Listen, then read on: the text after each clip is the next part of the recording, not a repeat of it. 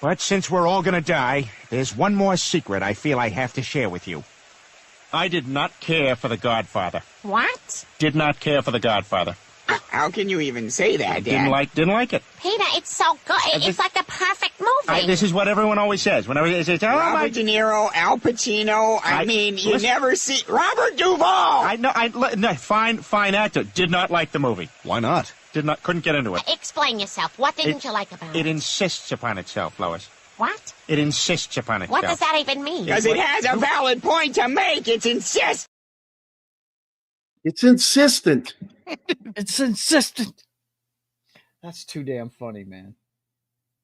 I know, and even though I love those two episodes of Family Guy, I love The Godfather. I think it's the amazing thing is it is as perfect a film as I've ever seen, and somehow Godfather 2 was even better. It was even better.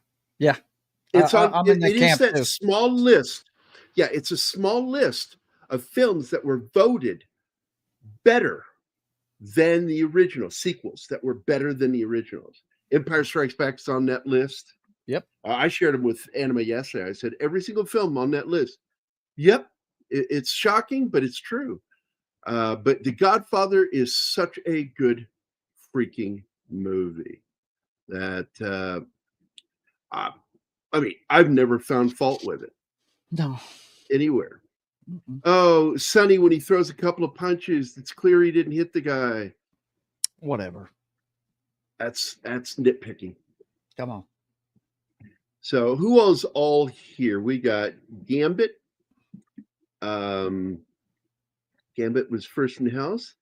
That was something the feds could never understand. That's all it was. A police department for the wise guys. From Goodfellas, the same applies in Don Vito Corleone. Absolutely. Absolutely. And he couldn't do some of the things that he did without the help of corrupt politician cops. As well as, even down in the lower levels, because they're rampant corruption in Los Angeles and in New York, all the way up into the 50s until they start really cracking down on cops, in the department with the invention of what's it called in law enforcement where they investigate themselves, internal affairs. Yeah. Yeah. The job that no cop really wants because they're pretty much no cop wants being a cop for cops. Yes. And no cops like them. They always feel uncomfortable around them. And they should, because they're watching to make sure they're not doing something they're not supposed to be doing. But somebody has to police the police. If we didn't have that, then things would be a lot worse than they are. Yeah, you'll get no argument from me on that. Yeah. Who watches The Watchmen? That's it. So now Martin didn't like this movie, and I don't know why. So what is that about, Martin? Why don't you like The Godfather?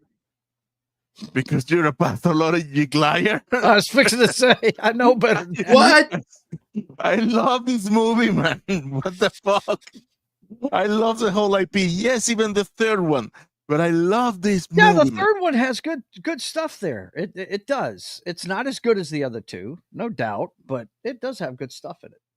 Don't shit. What I did like I will shake my fucking head. George Hamilton in a serious role. Come on, man. It's got First of all, they screwed over Robert Duvall. That's why George Hamilton's in it. Yeah. He didn't. It's not like he asked for some exorbitant amount. He asked for 1/3, I think is what it was, 1/3 or half of what Al was going to make. Yeah. It's all he asked. And what is fucking Francis Ford Coppola do? Shows up at his house to talk to him about food, have lunch with him, and try to get the recipe for his one of his grandmother's dishes. And that's it. And later, Duvall even joked about it. He says he left and he forgot the fucking recipe. And after I saw that I wasn't going to be in the movie and they made the movie without me, I'm kind of glad I didn't give it to him. Well, in my opinion, he went there to talk about it, but chickened out. That's why he left the recipe. He wasn't there for the recipe. He was there. Yeah, Coppola was there to talk to him, and he was, yeah, absolutely. Yeah. He chickened out. So, but let's see. Let me see what some of the things are being said in the chat here. Gambit, Godfather 1 and 2 are great, whereas the third one is good. I wouldn't even put it as good. I have so many problems with it, but I saw the extended one movie cut. I watched it, and I liked the third film when it was edited that way. It worked for me that way. There's a lot of stuff taken out. I could not stand Sofia Coppola in that film. She was fucking awful. Yeah, yeah. But the ending, It was originally supposed the to be. illegitimate son of Sonny, was really good. I thought he was great. She got into trouble. What's her name from Beetlejuice was supposed to play that part. Winona Ryder, really? Yeah, Winona Ryder was scheduled to play that part. Okay. She got in legal trouble, shoplifting. Oh, yeah. Okay. And I remember when she did that. Yeah, I forgot about that. It's you know, she's got problems. She admits to it, and she stays on her medication. She does so much better, but she's pretty wackadoodle no matter what. I mean, if you've ever seen her in an interview, she's fun. Yeah, like bouncing off the wall, fun, like weird, like but fun. Crazy's fun. Someone else, you know, not somebody Crazy's I want to fun. live with. I wouldn't want to live with someone like that. I'd be fucking putting cork on the ends of every fucking sharp object in that house. I'm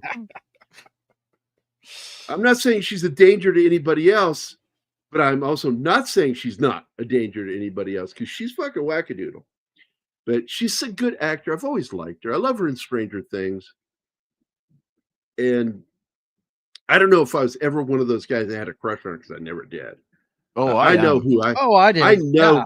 who I had a crush on back in the day, and her name was Kathy Ireland, and it made this girl not like me. It was so funny when Jason Pankoki. I'm trying to get him on the show. He knows so much about movies. He's one of my movie buddies, and I've been friends with this guy for 34 years. 34 years. This guy is just one of my favorite human beings, a ginger. I know he has no soul, but I love him just the same. And he had his girlfriend there, a cute little blonde girl. She's in the passenger seat, and they're talking about, well, when I die, I want to blah, blah, blah, blah, blah. And his girlfriend says, well, when I die, I want to blah, blah, blah, blah, blah. And I'm like, okay. I've already got an idea in my head what I'm about to say, because I'm the guy that says something you shouldn't ever say in public. It's like, that's my thing. I say things that it's like, what the fuck is wrong with you? So this girl's sitting next to me. We're on that date, and Jason goes, Gary, when you die, what do you want to have done? I said, I don't know. I kind of like to be cremated, then turned into a soup and inject it into Kathy Ireland's ass and have her hold it as long as possible. Okay, I broke Joe. Yeah, That's jacked up, man. Damn. You guys in the medical profession have the most fucked up senses of humor, man. It's ridiculous. I know, right? And so this girl did not like my me. wife from has that the point same forward. sense of humor. It's ridiculous. I have a question. If when the channel gets canceled, right? Would I be had an opportunity to start my own channel, or would I be tainted too?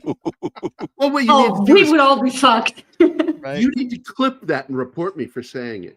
Right. And find out, Martin. Yeah. By the Hey, way, we have Sats. Kyle is here.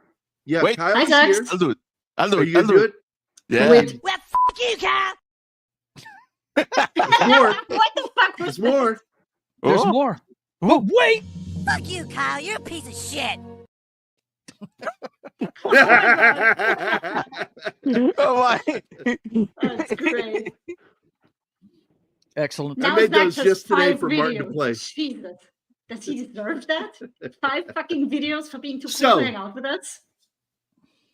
Yeah, I know, right? So I will be on Kyle's show this afternoon. Well, this evening. I'm probably gonna take a nap before I What's do. Good because, Wednesday, you mean? I don't. Yeah. I don't know who's gonna be on it. Yeah, What's Good Wednesday? They're gonna be talking about movies like Blair and such, and he invited me to join him. I'm like, yeah, man, I'll fucking join you. I love you guys. Matt's been on there a lot lately. He's back to streaming. Which Matt? God, what's the name of his channel? Foul Ball Productions. Oh, Yeah. yeah. Haven't seen him in a while. Mhm. So I'm looking forward to joining him tonight. But I tell him, I said, I'm always apprehensive when I jump on there because there are a couple of people that weird me the fuck out. That he has this regular panelist, and I'm like, I get really Right. quiet around him because it's like, man, that guy Oh, makes me no. uncomfortable. It's not the girls, man. It's always there's like a couple of dudes that he gets on there. But I love Gooch. I love all those guys. I don't know if they like me or not, but I like the Gooch, man. I'm on Gooch's Discord, and I promote a lot of shows on his stuff. Shout out to Gooch. He's great. Because my assumption is when I hang out with people, they probably don't like me, which is why I'm so provocative and kind of like saying things to them. I'll bring them into it and start fucking around because I'm assuming that they don't like me, and my natural reaction is, "Uh-oh, there you go." I forgot to start the camera before I switched. Oops. I'm good. So let's get back to this movie here because, Gambit's already doing it. There was, I believe, the 53rd anniversary of this film in March. You are correct. You're correctamundo. Some time ago, I met a very young girl wearing a T-shirt with that black and white famous Godfather image on it. It said, "You are a Bambino fan." Brando. I would say, "Oh, Brando fan. You are a Brando. You a Brando." I would just say, "You a Brando fan?" She responded, "Who?" That's good. I like that, Tom. So you said that, and she didn't know what the fuck you're talking about, just wearing a shirt because it's what was there. Yeah, I know. That's why you see so many people walking around with Che Guevara's head on their fucking purses and shirts and hats. And I'm like, he killed children, right? Murdered them. He actually shot women and children himself because they weren't communists. So awesome. That's awesome. You like that. Wow. Intense. It is. Slasher Fred is here too, by the way. You've just made us an offer we can't refuse. There you go. There you go. Oh, I like this one. Yeah. And there's a neat little story about that in the fact that they rehearsed with a prosthetic head in the bed. And when they went to shoot it, they didn't tell him that they had gone out and bought there was a dog food factory, and they bought a fresh horse head from them because you didn't know that. They slaughter horses and use them for dog food. I'm hoping that we're curbing that in the U.S. I know that still happens in Texas, and there are people in Texas that actually consume horse meat, and I'm like, man, not cool, not cool. What? Cows are dumb. They can be sweet, but they're dumb. I don't mind eating those, but God damn it, you don't fuck with a horse, man. Don't do that. So anyway, the corrupt sinner acting so high and mighty until he's caught with the dead prostitute. You didn't finish the story, Gary. You're so ADD. He is. Yeah. The actor didn't know that they replaced the head. So this. Yeah, they replaced the head with the real head. The look of terror on his face is real. Wow. Because he was not expecting a fucking real horse head. It's kind of like the chest burster in Alien. They didn't tell him what was coming. Yeah. Wow. That's cool. By the way, hi Snorty. Hello. Hi Tom. Hi Slasher Fred. Hi Gambit. Hey, John is here. My good buddy John. May Gary and Aaron child be a masculine child. Hey, look, man, I'm pushing for it. She's like, no, I don't think I've had to do it. Children down. I'm like, I will. Bro, I will that's for young people. I will. Come on. Yeah. I will roll around in a wheelchair. Go, come here, boy. Come here. Get over here. I have a buddy that had his first child. Okay. I'll butt in. I give in. I give in. I'll try to go live in the States so you can have the child and I can raise it.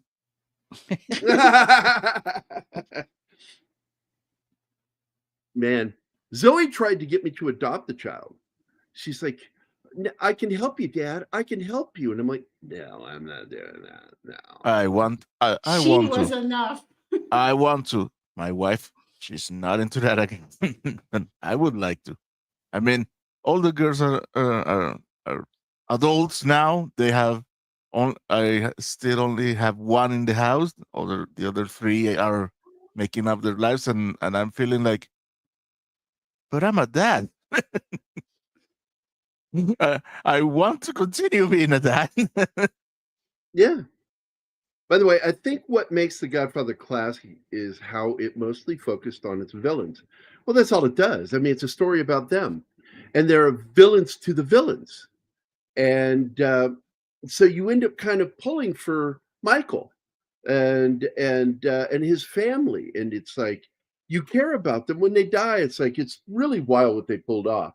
And the amazing thing is, Francis Ford Coppola didn't want that. He wanted you to detest these people, and he made them compelling. Yes, despite what Peter Griffin says. He humanized them because when they are between themselves, when they are not blowing people apart, they are human people. They love their families. It's.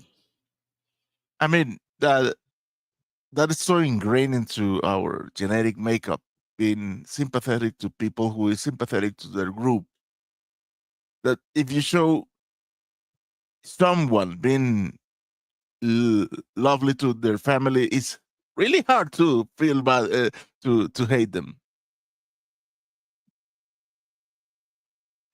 Yeah, I'm not going to argue with it. And by the way, Frank Costello is the inspiration for the way Don Corleone talks. That was all Brando.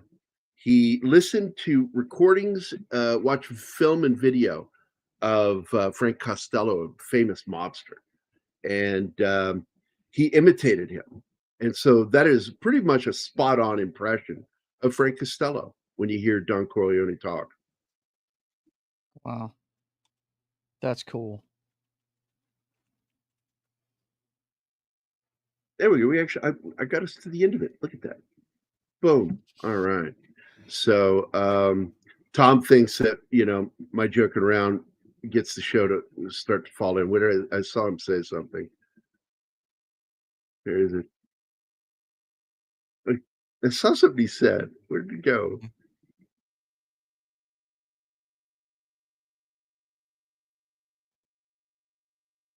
Yeah, you need to go and make your own channel. He hates so much on his channel, and yet he keeps coming back. He's a glutton for punishment. But I love Tom. I like the guy. He is a lot of good input. Yeah, this one is going down the drain. There we go. But one thing, by the way, that just recently impressed me, I am not a Billy Zane fan. I'm not. I don't like the guy. I don't think he's a very good actor. He's not a very. Don't go see him at a con either, because you're gonna. That's one of those cases you don't want to see your idol. You really don't. Oh, yeah. He was a jerk to us at the con. He was. I'm not surprised to hear that. I think he's a jerk in real life. Yeah. But in makeup, he's playing Brando in this movie about an island he bought. It's a true story. They turned it into a comedy, and they show bits of him doing his performance in The Godfather, and the money he made from that is what he used to buy this island. And goddamn, this movie, I can't help it. I'm compelled to watch it because he looks so much like fucking Brando. It's ridiculous. I don't think he sounds like him. Brando's a little more soft-spoken than what he does in the trailer. But I'm hoping maybe they'll go back and do some ADR and get him to fix some of the dialogue he did, live dialogue. For those of you who don't know what ADR is, additional dialogue recording, where actors, like, they did this with the French actress in For Your Eyes Only, where she had to go back and re-record her voice because her accent was too French. They said, oh, she was dubbed by another actress. No, that wasn't Mitzi. That was her. She did her own voice, and she tried to capture more of a Greek accent for the movie. But if they could do some ADR, I think it'd be neat to see what he does with this Brando movie. Mhm. I will be watching it. Yeah. This movie is one of those 70s movies that made Marlon Brando famous, although he was a classic movie. It's like On the Waterfront, The Wild Ones. A lot of fucking movies. Yeah, he was in a bunch of them way before this. Yeah. He directed a Western, Appaloosa, that was not terrible. He did another one too, 2 Westerns. I just don't think he's a natural for that kind of film. This one, he did this thing that was really kind of cool for this part. He had gone to decide how his character was going to talk, listening to recordings of Frank Costello, which was brilliant. And he began working on his accent to sound like, that gangster, because he wanted to do something that he felt was really going to give you that great contextualization of this character and owning it, making it his own. And it kind of shocked everybody making the film, including Coppola, when he started doing the voice. And boy, it worked. But a lot of people didn't think it would work. Executives were getting freaked out by it, just not digging it. And the look he has with the jowl. Let me add this to the screen. There we go. Oh, gotta wait till you drop that. There we go. That is the dental piece that he had designed to give him that look with his jowls. And people go, stuffing cotton in there. No, he had a dental piece, and that's it. It's on display at a museum. Cotton wouldn't have worked. It would have moved. Wow. It looked weird. And look at the difference, because on the left, that's just him. On the right, that's him with the implant. Yeah. Oh, it's totally different. Than the makeup, because they aged him old. Yeah. Yeah, because he's only in his 40s when he did this, 47. You know what's screwed up with that mustache on the left?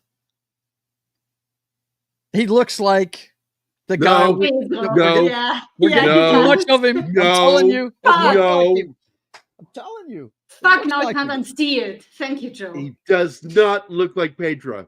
He does. Yes, he does. Yes, he does. Fuck you guys. Better looking version of Pedro. You're just mad because you can't unsee it now. That's why you're mad. Okay, I have to pause it here because this kitten. I already paused is a stray.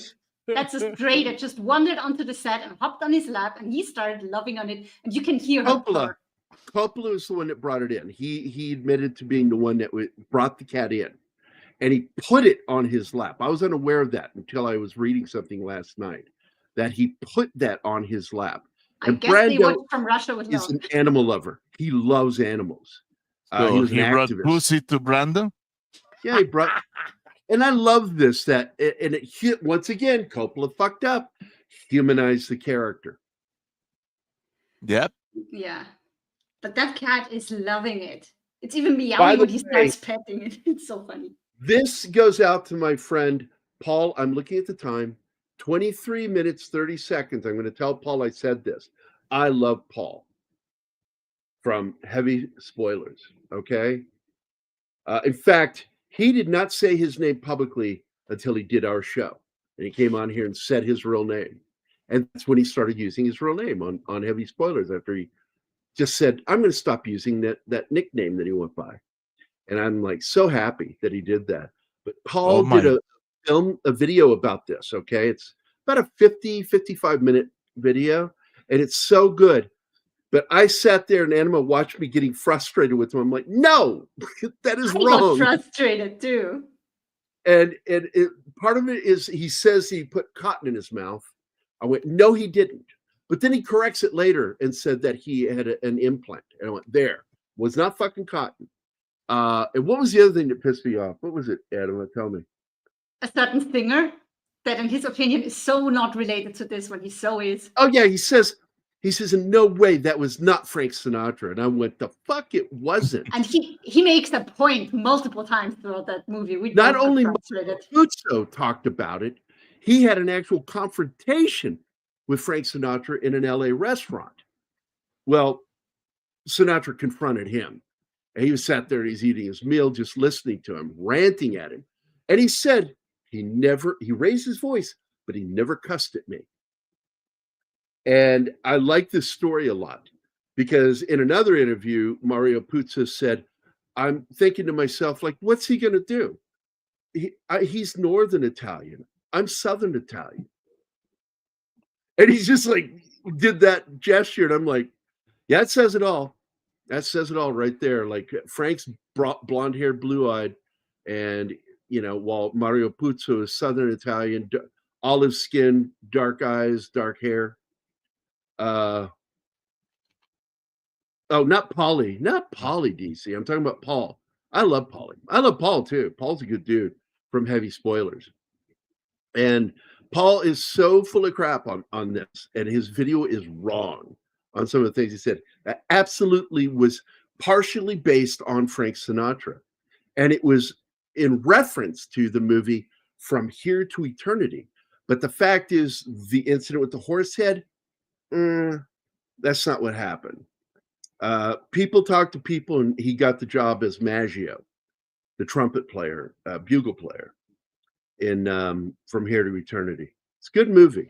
We're going to do it. We need to do that movie. I always thought it was Wayne Newton that was being portrayed, but No, if anything, it could have been considered Perry Como because the wedding in this movie was actually based off of a real gangster's wedding. I forget which one it was.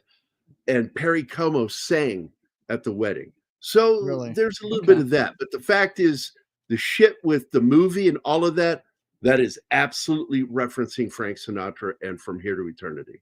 Wow. And he had been passed. You'll see disputes on that. No, absolutely. I've read historical books on Hollywood from legit journalists that said, yeah, he was passed over because he was a singer. And they didn't want a singer in that role. He was typecast. And that's why he wanted the role so bad, because he wanted to get out of that. He wanted to break the mold and get out of that.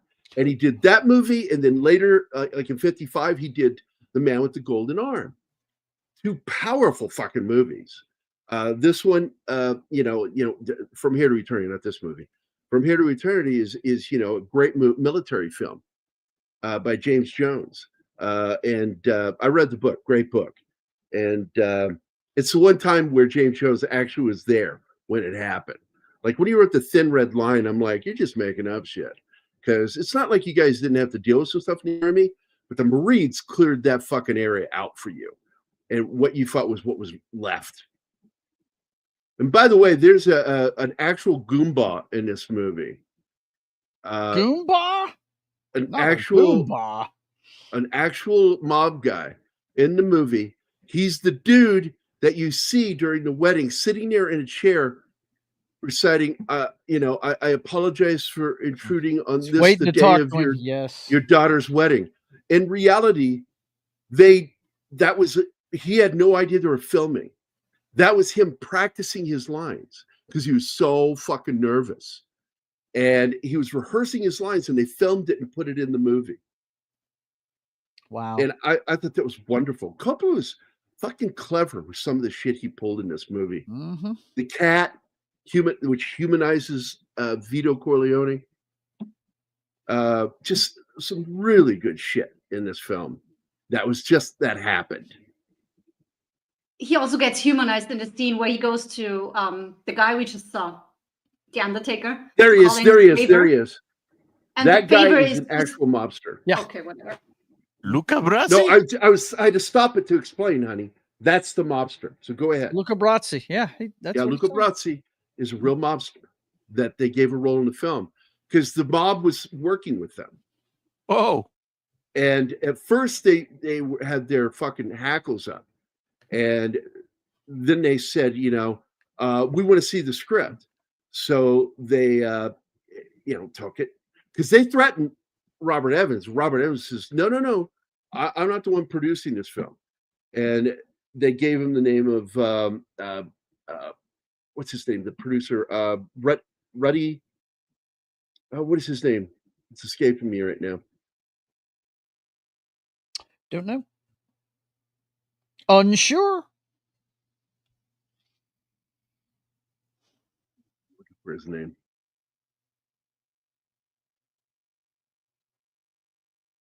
Something Ruddy. Anyway, he was the guy that was in charge. Yeah, here it is. Albert Ruddy. Al Ruddy. And he ended up having to go there, and he brought a script with him, and nobody wanted to fucking read it. They're like, hey, you'll read it. Yeah, you read it, you know. And finally, they said, the only thing we ask is that you don't use the word mafia in the movie. And it's like, well, they don't. It's like it was already not in the script. They used other words. And what the mobsters didn't know, and they had created this whole organization about Italian honor group. I can't remember the name of it. And they said, as long as you don't have the word mafia in there, we're good with whatever you do. But in the film, they use words like Goomba, they use Guinea, Wop, and they had no idea those words were in there. And had they known, they probably would have thrown a fit because those words were in the film. And of course, like I said, they sent mobsters there, you know, low-level guys, to go watch what's going on over there. And so they ended up giving that one guy that role. But throughout the movie, you will see guys in the scenes that are actually made guys that were there to spy on them. Wow. Yeah, I know. It's crazy. Yeah, this scene right here, man, this guy is so scared to death the entire time he's in that room, except for when he's telling the story about his daughter. He's very, you know. No, this is the one, the baker. This is the baker, the one who comes to plead for Enzo, the boyfriend of his daughter. Oh, is that right? They haven't done the Undertaker yet? Okay. That's coming up right now.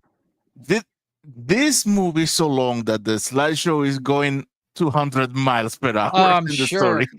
I'm sure. Yeah, don't get shocked if this video is getting claimed for it, because they will claim us for that. And yeah, I don't care. Pacino, man, you know what's wild about this? It's obvious he didn't want any part of this. He wanted to do something else. He wanted to be out of the family business, really. Well, his character, he had served in the Marine Corps in the Pacific. Yep. And which is why you don't see him reacting to the Army guys driving by in Jeeps when they go over to Corleone Village. Is it the second one that has the scene at the dinner table the day he joins the Marine Corps and pisses off Sonny? I think it's at the end of the second movie, isn't it? Where they show that? I am not sure. Pretty sure, but it's a great scene. I have to rewatch the film. But look at this guy's nose. He was also a wrestler, fighter. Wow. So that's why he's got a fucked up nose. Mm-hmm. But this guy actually is really good. And the amazing thing is, man, as a guy who's a made man in this movie, doing that scene where he allows an actor to get behind him and strangle him. Yeah. Oof. Blew my fucking mind that he did that scene. And boy, his death scene is one of the most intense moments in the movie. It's wow. It's nasty. But his name is Lenny Montagna, and he plays the part of Luca Brasi. And he's been in a lot of fucking movies, man. This is what they said. You know, Coppola talked about it. You know, he says, some of these guys got Hollywood eyes, man. And they're like, man, I'm going to leave the mob. I'm going to go work in Hollywood. And in real life, there is a guy who did that. Do you know who it is? Benny Bugsy Siegel. And that's who Mo Green is in this movie. He pissed off the mob. And so they shot him through a window while he was in his living room watching a movie. He had a projector going, watching a movie. And they came up to the window and shot him through the window. Yeah, this guy's for real singing, and you see his false teeth come out while he's singing. Yes. He's got to put it back up. It's funny as hell. Dude, let me tell you, Tom, he went so far into hanging out with these Goombas that the FBI started a file on him because they didn't know who the fuck he was. They didn't know he was an actor. They thought he was a low-level guy trying to build his way up. I'm not shitting you. The FBI was investigating James Caan because of this movie. And by the way, the daughter that's getting married is, of course, Francis Ford Coppola's sister. Anybody remember her name? Talia Shire? Shire. There you go, Yeah. Joe. You knew it. That's Talia yeah. Shire from Rocky. Great actress. Yes. Yeah. Absolutely. She is Francis Ford Coppola's sister. And I don't know whose kid Nick is, but Nick is a nephew, Nick Cage. His actual name. Yeah, I is do know they're Nicholas, related. Yes. I forget his middle name. Nicholas something Coppola. Yep. Changed it to Cage, but his last name's Coppola. Sure is. Yeah, because he wanted to make it on his own. Can't fault him for that. Yeah, absolutely. Tyler No Green is Benny Bugsy Siegel. I was just talking about it, man. Yeah. Absolutely. Yep. And I like the fact that they show him get shot in the eye. Mm-hmm. He puts his glasses on. It's so cool. They had a device that cracked the glass, and then another device that went to a tube behind him that fed blood through and squirted out. Fucking brilliantly done. Looks so real. Yep. It was cool. And by the way, Duvall is, in my opinion, probably one of the best actors in this movie. Oh yeah, best awesome. performance in this movie. Mm-hmm. The one before we get too far off, his mom. Let me tell you something. Nothing. No one got more method than the horse. Yeah, they tried to give him a tough time. It's like we did not hurt that animal. That animal was already dead. Right. And take it up with the glue factory, okay? Yeah, take it up with the dog food factory. Yeah, the dog food factory, whatever it is. Yeah. Before we get too far away from Talia Shire, though, that character's journey throughout this trilogy is just awesome because she is a total pain in the ass daddy's girl until daddy's gone. And once that happens, she could have been a hitman for the mob at that point, man. She was so fiercely loyal to Michael after that. She'd have done anything he told her to do. You know what I mean? It's amazing. By the way, this is supposedly how in the Godfather 3, this is Andy Garcia's conception. Yep. He's knocking her up with Andy Garcia. Yep. Tom says to stop horsing around, Martin.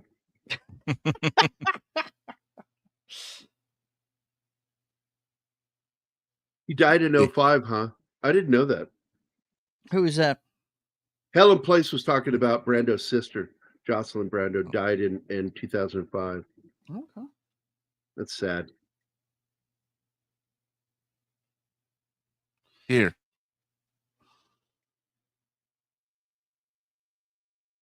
Okay. Oh, yeah. Some people took issue with it, but later on, man, nobody cared. The mobsters, they were offended that they were not given tickets at the premiere in Hollywood. And one of the proofs, like, we were not inviting them to Hollywood. No.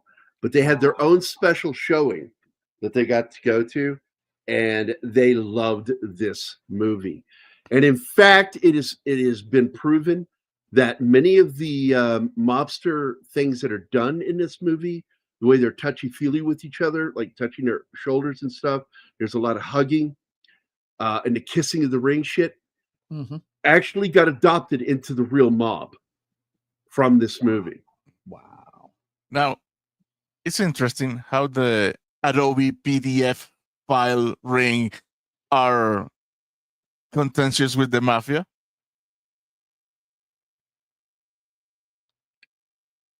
Okay, I want you to say that whole thing again as a sentence, because I did not get what you were saying. Those Hollywood people said, "Oh, we're not getting the mafia into Hollywood. We were not inviting them for the premiere." Yeah, the PDF file ring getting squirmish. Yes, getting squirmish with the mafia. Yeah. Okay, other thing I love about this movie, you guys tell me, the fucking cars. Oh, beautiful. Oh, yeah. No doubt. ALAMO was so shocked that they had an English car in Italy. Like, why are they I driving? wasn't shocked. It was just weird. What was Well, it you doing sounded there? shocked to me. It's like, what's that doing there? That sounds shocked. No. And I'm like, they must have, because they used it for the film for a reason. What, Martin? Now, the car that got me completely was oh my god, not the names, the big guy, the big boss, Barcini's white car. Oh my god! There, look at that car. I mean, That's we're a in Rolls Royce, isn't it? 44. The That's a A4 Rolls is Royce, fast isn't right it? There. It looks like it. No, the white is in a Rolls. Correct me if I am wrong, but is that not the pool that they use in the Beverly Hillbillies? I haven't seen Beverly Hillbillies. Yeah, I haven't either. I wouldn't know. Joe? That's an Joe, old I'm sure television you've show. seen it. You This- know, I I know wouldn't they be able to built a recognize set. it. They Yeah. built a set, but it's all based on that actual house. And I when I saw this, the first thing that went to my mind is like, wow, that really looks like the pool Let me see if I can from find it the real quick. Beverly Hillbillies. Let me see if I can find it. Yeah, But I know what you're talking because about, but I got it. couldn't confirm or deny any of that, man. God, Beverly Hillbillies was so long ago. Good Lord. Well, isn't the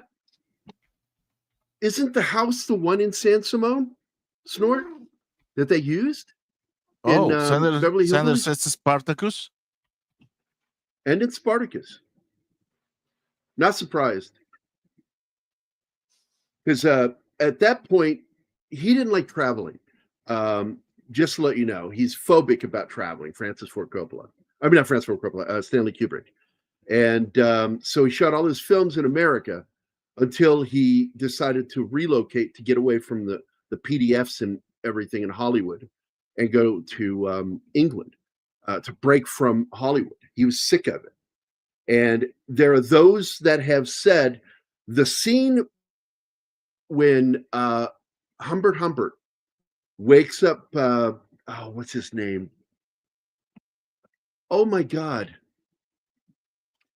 This is the house, by the way, on Beverly Hillbillies. It's called the Chartel Mansion. I told you. Fuck, I told you. And it's in San Simone, right? Let's see.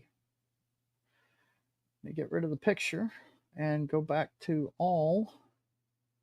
It's a gorgeous state. It really is. Statuous Mansion, Bel Air, California. In Bel Air. Bel Air, California. So I was wrong. Yep. Hey, Penny's here. Penny, I hope Penny. you're having a good day. Just know we love you.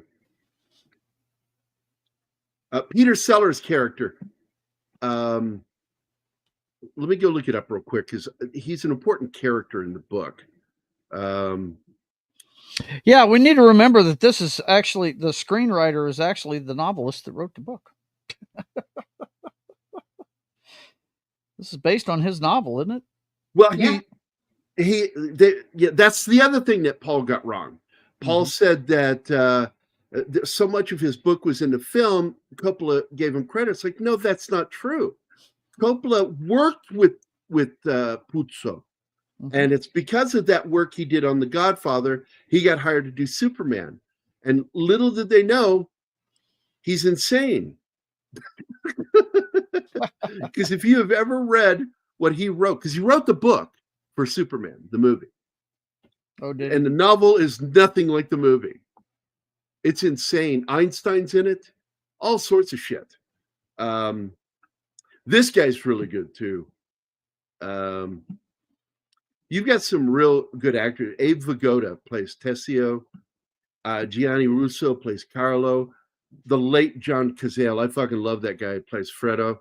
Everyone. Yeah, the guy that plays Fredo's Fredo. great. I've got. He doesn't shine until the next film. And Lenny Montagna is Luca Brasi. You got Al Martino as Johnny Fontaine, Frank Sinatra. Let's see. By the way, I love the name. Morgana King is the single most unknown character in this film. She plays Mama Corleone. Oh wow. And she's not even a character in this film. She's a background prop. And that always bothered me. She does sing at the wedding, though, Gary. Yep, she does. She has her moment at the wedding. I'm glad, because I felt like she's just so uninvolved. All the other women involved, and she's so quiet all the time. Alex Rocco, who worked with my friend Frank LaLoggia in the Lady in White, plays Mo Green. And Mo Green's a small part in this film, but it's fucking important, because that's the tie into Vegas Benny right there, baby. Benny Bugsy Siegel, because he got Hollywood. He left Vegas and went to Hollywood and started banging an actress, and thought he was gonna, he was close friends with like actors like George Rapp, and but he pissed off the mob, man, and they put a hit out on him and shot him through his window. And in this one, they have him having a massage when they do it, and I kind of like it because it's basically the Night of the Long Knives. I don't know if you guys caught that. That's what that is. That's the Night of the Long Knives in this story. And I fucking love that. By the way, I love this. A lot of people don't catch that he puts the bulletproof vest on, go get choked to death, and have a knife put through his hand so he can't get his gun. He's got a gun, and they put the knife through his hand to keep him from grabbing it. And then they send it to the Corleones. It's paper wrapped with something dark and the dead fish in it. And the dark thing is his bulletproof vest. Yep. And they're like, Luca Brasi swims with the fishes. I'm like, that's one of my favorite moments of this movie. Yeah, because Sonny, when he opens it, he's like, what the fuck is this? And then somebody explains to him what it is. Yeah. They don't just kill him like that because they are brutal. They know he probably has a vest on. He's so there's dangerous. No point shooting him. That's why there's 3 guys doing it, because he's that big and that dangerous. And they knew they had to keep his hand pinned. So that's why they did everything they did. This is the scene right here. This is a fucking scene.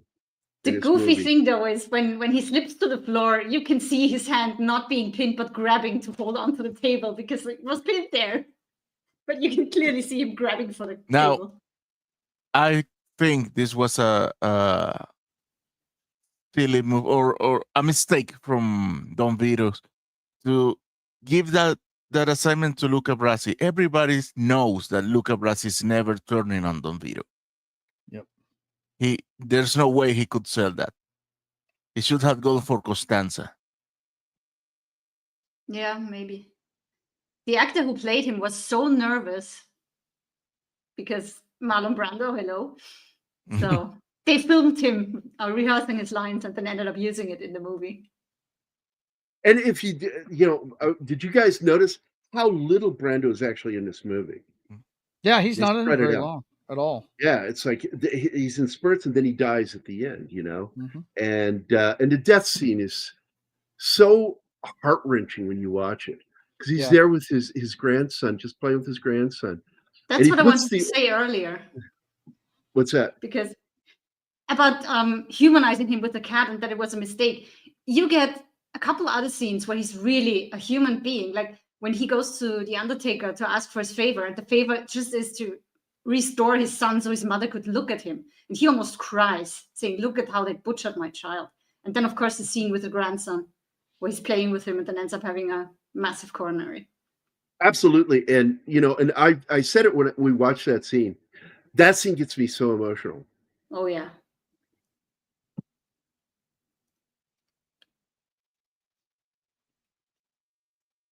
Well, in the second film, De Niro plays him, and he was supposed to be in one scene, but he didn't show. And there's rumors, because he felt that he was betrayed by Paramount in what he was supposed to be paid for this movie, that he didn't show up for that reason. But for whatever reason, I think it works better with him not there. The movie, because in that one, you get to see the side-by-side story of the father when he's young, the son, Mhm. now the Godfather. You get to see this thing. I love that film. It's I consider it and it's not just me. I consider it superior to this film, but that's not a diss on this film. This film is fucking nearly Not perfect. at all. I like the second one better too, but I cannot find any flaw in this film. There's nothing wrong with this. Are you kidding me? And I'm so impressed. When he goes to the hospital, by the way, after his dad gets shot, George Lucas had a big part in this movie that nobody knows. All the newspaper scenes, when the newspaper flies or you see the printing, all that shit, that's George Lucas doing second unit. Gets no credit for it. Also, he's the one who told, because I forget sometimes that he's actually a pretty good editor. Mm-hmm. Because he did such a terrible job with Star Wars. And he had to have editors go in there, other editors go in and fix it. Yeah. But his wife, for one, right? Yeah, Marcia, or I always say Marcia for some reason. But anyway, you get this whole thing with the hallways in the hospital where you see it empty all the time. Oh, man. Yeah. And what he did, George Lucas did, was he told Francis, take all the ends off of the scenes after all the actors have left the camera, but the camera's still rolling. Take the ends off of those and use this for that scene. And he did. And oh my fucking God.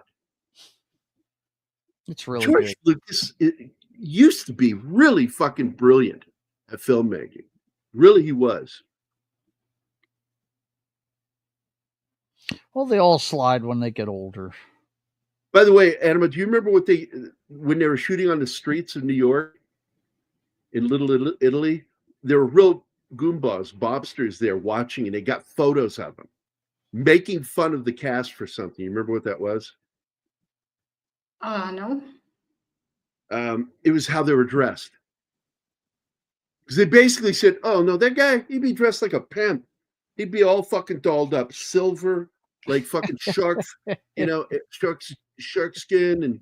And they're like, no, we're not going to do that. But that's how they were at first. They were like making fun of the movie while it was being made.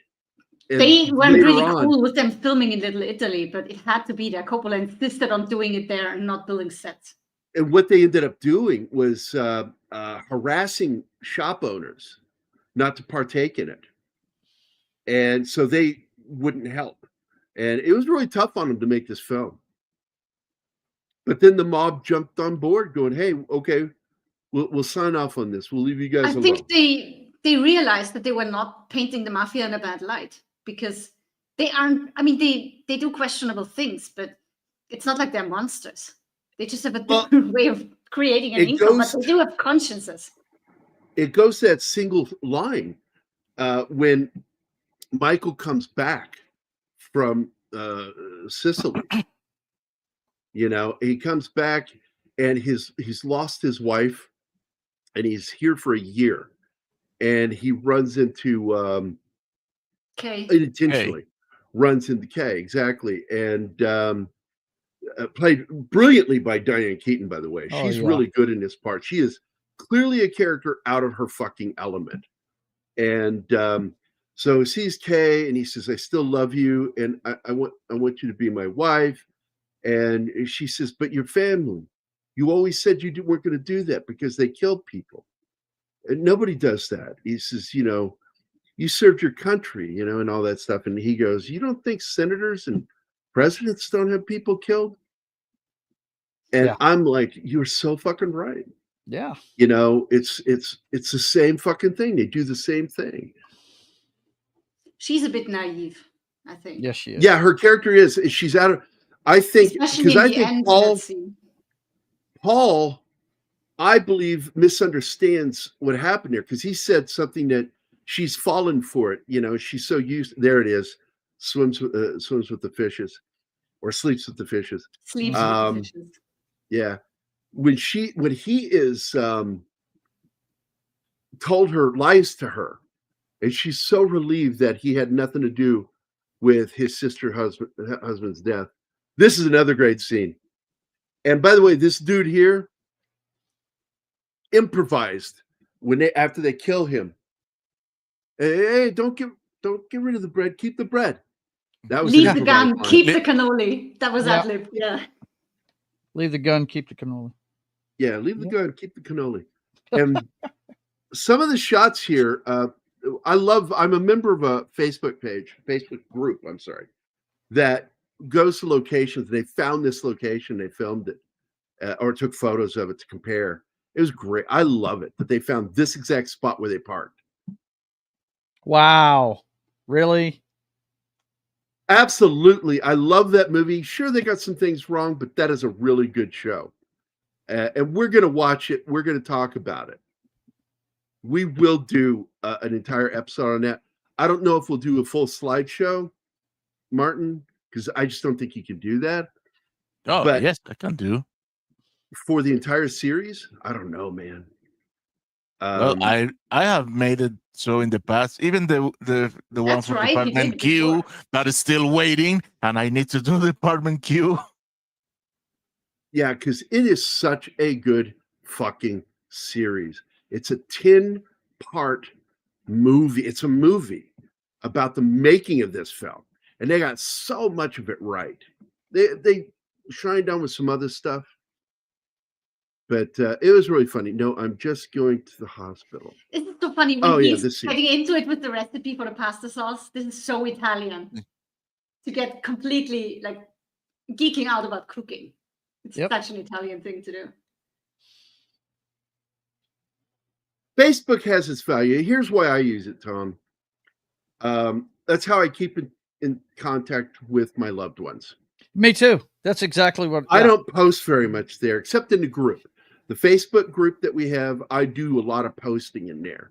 I advertise for shows on there, but yeah, because I made you, right? I made a lot of you guys, all my friends, members. And by the way, you are now on the Wednesday thumbnails from this point forward. Oh, well, thank you. Thank you so much. Yeah. I appreciate it. By the way, on Mondays, the new thumbnail for Dale Dye is going to be here Monday to talk about the movie The Beast of War. And we're going to go do a deep dive into that film and the making of it. And I'm so delighted that Dale didn't just want to, he wants to be on the show to talk about this movie. Yeah. Because I've worked for him as of next year, 20 fucking years. He's been my boss. And I've had a really great relationship with him and Julia, his wife. They're just wonderful fucking people. And so he's going to be joining us Monday to talk about the war, the Beast of War, which originally called The Beast. Martin's going to talk about that, the changing of the name from The Beast to, because I think people were misconstruing the movie about like a monster or something. So they added of war to it. I think that's the logical reason why they did it. Yes, he will be here on Monday. And I think you wanted to mention another thing, speaking of thumbnails, because we have Pope on the Monday one now. Well, that's one of the reasons why I brought it up. And so I'm going to show right now, let me pull it up real quick.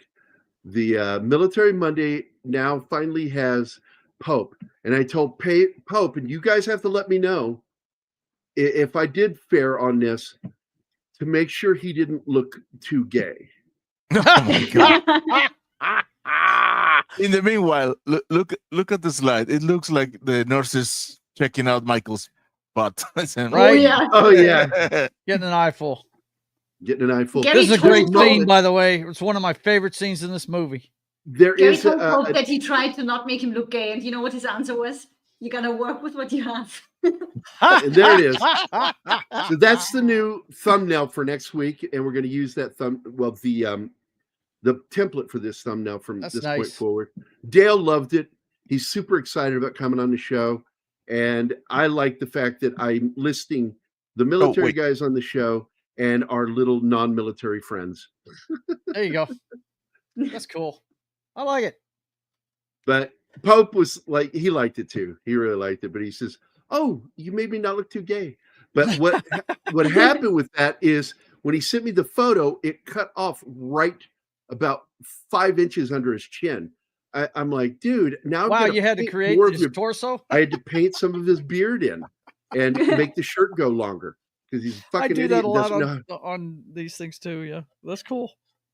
So that's our new thumbnail. I liked it a lot. Yep, looks And good. don't forget, this episode, despite being about the Godfather, is brought to you by Backdoor Beaver. You have not tasted popcorn until you've had it out of the ass of a plastic beaver. That's not in the ass. That is Backdoor Beaver. Backdoor Backdoor Beaver. Beaver. I want to make a song. Sounds wrong. I want to write a song about it. Backdoor Beaver. Oh man, You can do it, yeah. Intense. Okay, so this scene, the way they shot this, and like I said, to create that emptiness of empty hallways, like So nobody's great. there, they use the end clips from takes that have nobody in the shot. You look more gay. Thank you, man. I try. True. I try to be gay. The nurse just said, Right there, "Oh, right there, visitors right home," there. Even his guard. Right there is when it happened. And I'm trying to get it back. So I'm going to try to pause on this because it's going so quickly. You know my father. But Men are coming to kill Marlon him. Brando is in the bed when they're moving it. That's him. Mhm. And he let his hand dangle over the side of the bed. And when they went through the door, it fucking got pinched Ooh. when they were leaving the room or going into the room. One of them. Oof. When they're going through the door right here, his hand got pinched. And you can actually see him yank his hand up. Wow. And that is another moment where he's very human, because when Michael tells him, "I'm with you now," and he doesn't mean in the room, he means with him. No, he means and in the family. he's in. Yeah. That You is- see, is- you see this faint little smile and the tear rolling down his cheek. Mm-hmm. Well, you know why he's crying though? He's not crying because he's happy. Yeah, he didn't didn't want want him in this Michael business. to be in the lights. it is a tear of relief. Yeah. It is. Well, he didn't want him in the business though. He did not Yeah, want but him at in the that family point he business knows at all. that he needs Oh, him, because here. he knows that his Wait. other son is a fuck up. Yes. This is a great payoff Mm-hmm. because you This see that is the baker. yeah, The the baker. one who was being pleaded to be kept in the States, and now he's grateful and he's repaying.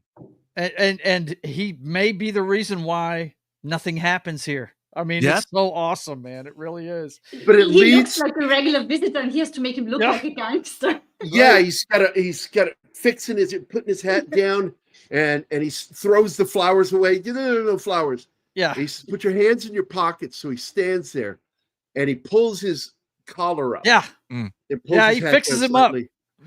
And that And guy's like, what's- what are we doing? Yeah. You know? Fish out of water. And what ends up happening at the end of the scene is so fucking emotional for me, because he tries to smoke a cigarette. He's so nervous after the gangsters drove away. Yeah, They were scared coming in out to of his kill him. mind. Yeah. And Mhm. and fucking shit, man. Mm-hmm. He grabs a pack of cigarettes and you see his hands just shaking. That poor dude. But hey, Yeah. him being with Michael, you can't tell me those guys wouldn't have popped out of that car and just blown Michael away. Absolutely. been by Sandra brought up himself. something that Anima and I laughed about, because yes, this is a fact. And we were going to laughed bring at- that up when the He scene was comes such up. it was so funny when they take him home and they're carrying him up the stairs. He intentionally put weights in the bed with him to make him heavier. So it was harder on the actors having to bring him up the stairs. And he That's enjoyed so it. fucking funny. Yeah, he's a It is. prankster. He was notorious for mooning people on the set. Okay. And one of my favorite moments was told by Robert Duvall. He said during the wedding scene in particular, there was concerns, and Coppola and some of the producers were like, "Please don't do that." Production manager were like, "Please don't do that. Stop mooning their kids here." Didn't stop them. So Coppola went over there. Brando went over there and got Duvall to go with him, and they both mooned some of the crew and actors in that scene. Yeah. And This is where a scene the where corrupt police fucked the chief shit out of yeah. Michael. Yeah, played brilliantly by Sterling Hayden. Yeah. And the fucking name of this guy, man, McCluskey, just makes you want to fucking. Of course shoot they him. made him a friggin' Irish cop. Of course they did. With one punch, he broke his nose and his jaw. Yep, his cheek and his jaw. Mhm. Fucked him up. And great fucking scene, man. And then he Speaking of apologizing for it pranks, later. Yeah. When Vito smacks Fontaine, that wasn't planned. See, I knew He it wasn't did that gonna just get out of much the blue, work and done the today actor with this later movie, said he man. didn't, Be a he man. didn't know Be whether a to man. cry or Stop laugh. whining. Stop crying. Boo-hoo, making fun of him. So I want to finish the story. Okay, so they dropped Trow in front of everybody, and Duvall went over, was like afraid, like he offended some of the ladies. And as he approached, just to apologize, he says, "Oh, you're just fine." He says, "But did you see the size of the balls on that other guy?" Talking about Brando. Duvall told that story on Graham Norton. I love Graham Did Norton's he? show. Graham Norton's show is awesome because he has them drinking. Yeah, he gets some drinks and loosens them up. Oh, dude, didn't you see when they were Damon, fake Batman, and the other guy that they were Ben talking Affleck. about they were promoting their World War II movie, Saving Art during the World War II, the Monument Men. Monument Men. Yeah, and those three, they went into the show bust, but during the show they got whacked. Hey, Sander, I think you need to get your caps lock unstuck. No, he likes doing that. That's his way. That's his way, man. That's just his way. Yeah, but the comments take too much space on screen when are in caps lock. I know, but in reality, that's what killed him. Is his drinking. Sterling Hayden, great fucking actor. He's also another film I want us to do. Fuck, man, great movie. Give me a second. I'll remember the name of it. It's The Long Goodbye. The Long Goodbye, which I've talked about with Elliot Gould as Philip Marlowe. I love that fact. Arnold Schwarzenegger's first movie. Oh, okay. He has a bit part in it. We need to watch that movie. I love that movie. I love that fucking movie. And it's directed oddly by a director known for doing edgy films. Robert Altman. MASH. Oh, yeah. Robert Altman was Player. Different. Jeez, man, that guy makes just these movies that I fucking love Robert Altman. I just do. Uh-oh, Sander got his thing, Martin. Yes, I'm trying to. I so vehemently hate this scenes things. Well, scenes thing. Where is the Bakalaka? Gary, did you delete it? No. I would never delete that video. I fucking love that video. Probably in the wrong. Yeah, there it is. I've got 5 terrace going southeast on Bakalakadaka Street. Where? You're just in the wrong studio. It's right in the middle, about 5th down. Oh, you move it out of place. I didn't move it. I swear to God, never moved it. They fucked with Al Pacino, by the way, because they put the gun behind the water tank in the toilet, but they put it up way higher than they said they would. And While they're filming the scene, he started freaking out. Yeah. Yep. So that stress and anxiety you see on his face is him reacting to that fucking gun not being where it was supposed to be. And another thing that people like to get wrong is he's switching to English because they are talking in a Sicilian dialect that he's not too good at. All got that wrong too. Speak Italian. It is just a trick that he uses when he's in Sicily and pretends to not know Italian, so he gets a chance to overhear anything the people will talk behind his back in Italian. Because when the father speaks to him and says something to him, he responds to it in English. After he knew exactly what he said. He knew exactly what he said. He switches to Italian when the deal is settled. Yeah. That dialogue in the restaurant, I just got the first half of it. The first half of it is standard Italian. The second half, they switch. Yeah, that's when I think they went to Sicilian because I got lost. I mean, you hear Pacino say "Como si dice." How do you say that? Yeah. Because he's not that good in that dialect. How could he? Now, He's in New York. I love how Michael did everything wrong as he was learning. He said, "You came out of the bathroom blasting." He didn't. He sits on the Yeah, he walks right up there with it. Yeah. Mhm. Yeah, And then he barely remembers to drop the gun. He barely yes, remembers that. and he doesn't shoot. It's shoot them twice in the head. He doesn't, and he almost take the gun with him.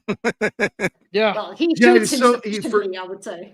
And then he does it right in front of the camera perfectly. Just Yeah. lifts his arm up, arcs his hand, and just drops it. Yeah, and he's in a very exaggerated way. Fucking great. he By the did way, I everything consider wrong. that to be one of the best death scenes in a movie. Yeah, that and being shot on the massage table in the eye. That was brilliant. Well, when he shoots, what is his name? Salazzo. When he shoots Salazzo, he's dead. But when he turns and he shoots McCluskey in the throat, Yeah. McCluskey like goes, oh, Right. Like he's trying to fix it. he's twisting because he's in shock. You're in shock when you get shot. He's probably in his mind like, well, what happened? Why can't I breathe? And then he hits him in the head and he goes, and then he just smashes down into the fucking table dead. I was that's so fucking intense, dude. Yeah, it is. Hey, look who's here. Penguin Penguin girl. girl. Hi.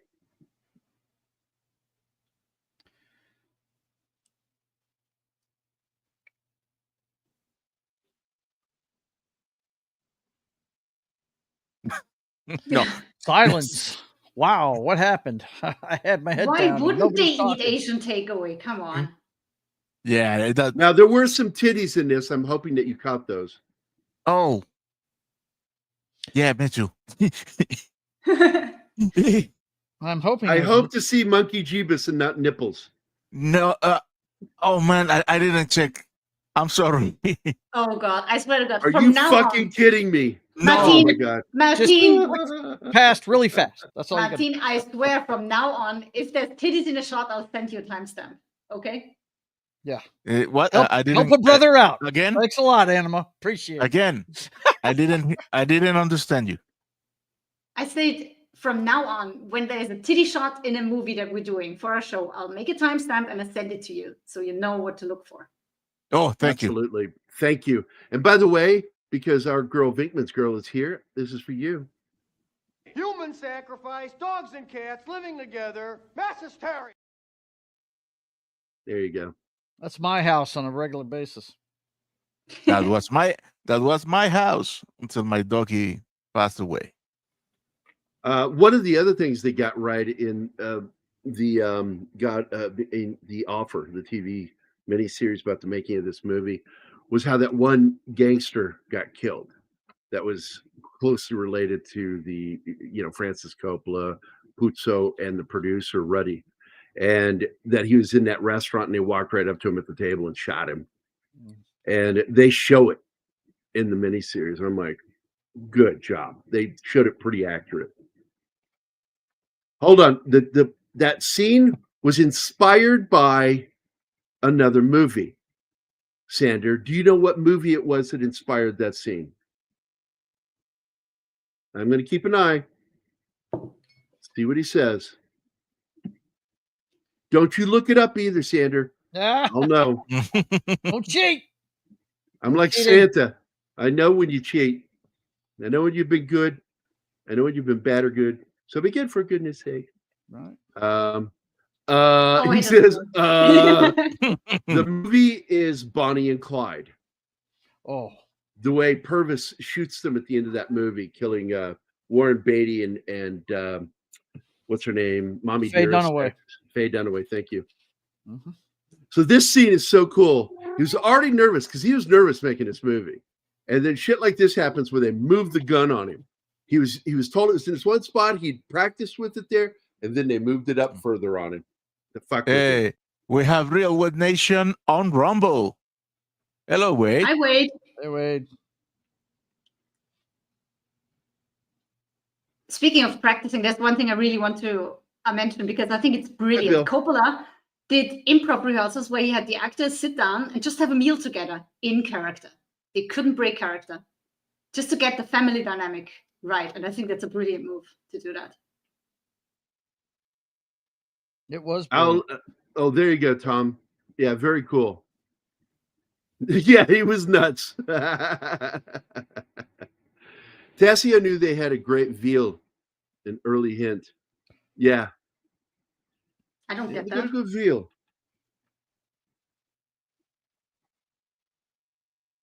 It could have been a hint. But that's a realistic death scene. That is the sort of thing you saw in crime photos, that death.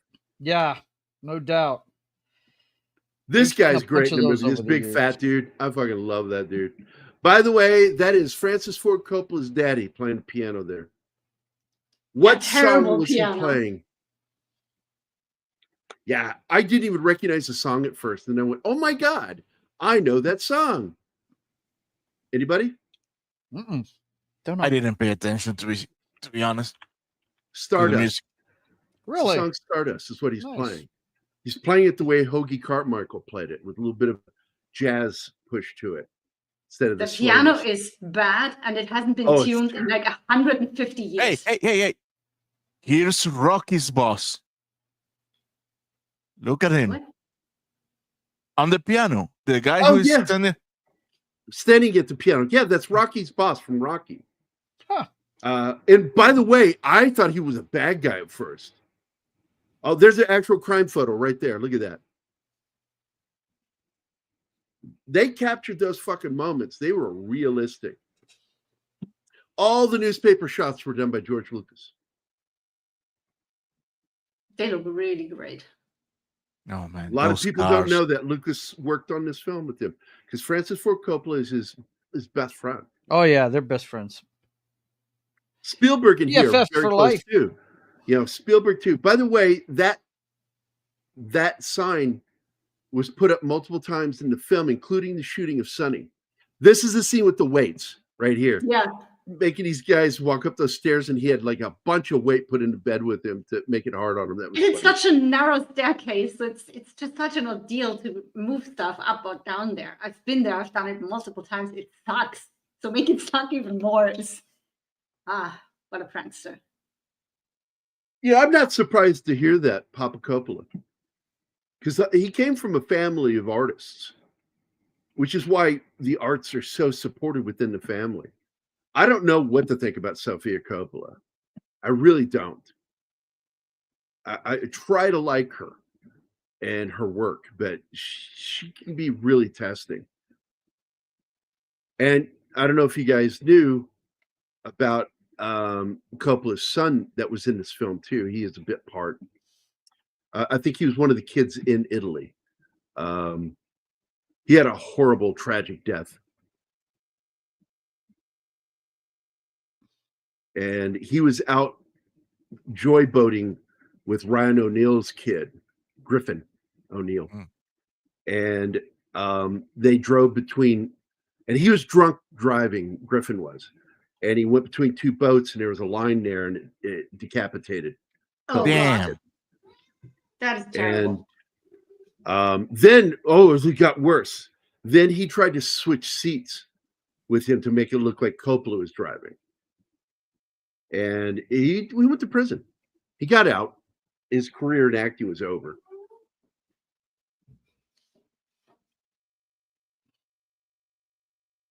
Yeah, I like Sophia. What is that one film I like by her?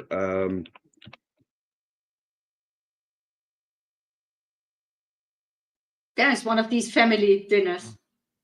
And they rehearse that by just being in character and having a meal together. Roman Coppola was the one I was talking about. So Sophia, let me go see what that movie is, because I got to go to her page. She's very pretty, but she can't act worth a shit. There it is, Lost in Translation. I like that movie with Bill Murray. It's Scarlett awesome. Johansson in that. Oh, Yes. Sandra Yes. said Yeah, it. Thank you, that's Sandra. with Scarlett. I think that was her breakthrough. And I think it's a really Got it. good film, but she's done some other stuff. I've watched it. I'm like, It's one of the I saw- few movies that I went to the theater to watch because I love Murray. I watch I everything. liked the movie The Virgin Suicides.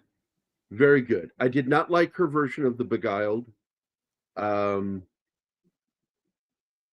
Let's see. A lot of these films I haven't even seen, but I'm looking for the ones. I didn't know this. She directed the TV special A Very Murray Christmas with Bill Murray. I didn't know that. Oh, that was awesome. He is awesome in everything he does. He's one of these actors. No, but I mean the whole show. Oh, that was a beautiful show. Okay, here's two that turned me off when I saw them. The Marie Antoinette film she made and Void. I fucking hated those movies. Sandra is with you on Marie Antoinette. But oh yeah, fucking hated that movie. I'm like, what a piece of garbage. It gets a 6.5. The Void gets a 6.9. Didn't see that one. She did a music video with the White Stripes. And I love her movie Lost in Translation.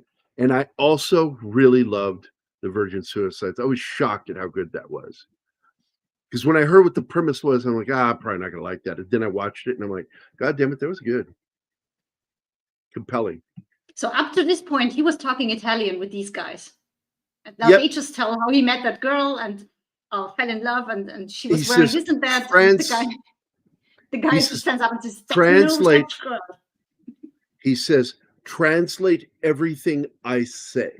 Yeah. Tell him to come out, and then I want you to translate everything I say and give him the wrong impression of me that I don't speak Italian. So I know he wants to know what people are saying. This is a trust thing. I like that. You caught that. I'm a language nerd. I know you know. I'm telling people watching the show that you caught that. And I love that you caught that. And the moment the guy jumps up and says there's no such girl in the entire village and goes in, it's his daughter. Yeah. And of course, the one dude is the one that fucking betrays him. Yeah. Ladies and gentlemen, Rocket Kitty. Not him. I like this dude. I like that dude. Yeah. It's the other one that. Maybe a Calogero, because they always call him Calo. I have not watched it yet, Bill. I like how they bring the father and Calo gets a shotgun. Okay, Andrew, everybody on the show and everybody in the chat, Anima already knows this. My buddy Paul over at Heavy Spoilers. Oh, gosh. Top shows on YouTube. That guy cannot say that name. He was calling her Apellina all the time. He said Apellina, and every time I jumped to the ceiling because it's Apollonia. Jesus fucking Christ. It's not her fucking name. Not even Come on, Paul. Fucking limeys. That name is actually ancient. That's a Latin name right there. If it's not the Queen's English, they can't speak it. What the hell? No, the Queen's English I don't trust either. You can't speak proper English. Like, saying certain words like data. Come on, it's data or data. Either one. If it's a character's name, it's data. You can also call the information data, but it's data originally. Dude, I love when those two lock eyes for the first time. You can see they are both being hit by that lightning. Oh, yeah. Oh, yeah. Absolutely. When he stops and looks at her and she's got the kid and she's walking along and looks back at him, it's like, yeah, that's called heat. I got confused. I felt like, do they know each other and haven't seen each other in like 20 years? No, what's going on it's here? just love at first sight, man. Yeah. They don't know each other, but they are about to. And look at the way he smiles at her here. And he's still injured at this point. He's still got a lot of pain with it. Because if you didn't know, his jaw, even though not really, there was a prosthetic he put in there that went all the way up his cheek. And a lot like what Brando did. And it helped her keep his teeth together because you had to pretend that his teeth were wired. His jaw was wired shut because it broke his jaw. By the way, I have hopes, Bill. I always have hopes. I just doubt. I'm like the doubting Thomas, St. Thomas, man. I always doubt. I have to see it before I believe that it's going to be good. Anima can't speak English properly by Wade. Oh, shots fired, baby. You gonna take that shit from Wade? you. There you go, Wade. Fuck You you. got the double birdies. This scene is really wonderful. I love all the background posters that they have in this movie. They're all period. Also, this scene is great. You think, oh, they're taking a walk alone, and then all of a sudden the mamas and the aunts come walking along behind them about 20 feet, making sure they don't do anything It's improper. so sweet I that love she it. pretends to stumble so question she here. can get closer to him. A question was here. cute. Are two birds a flock?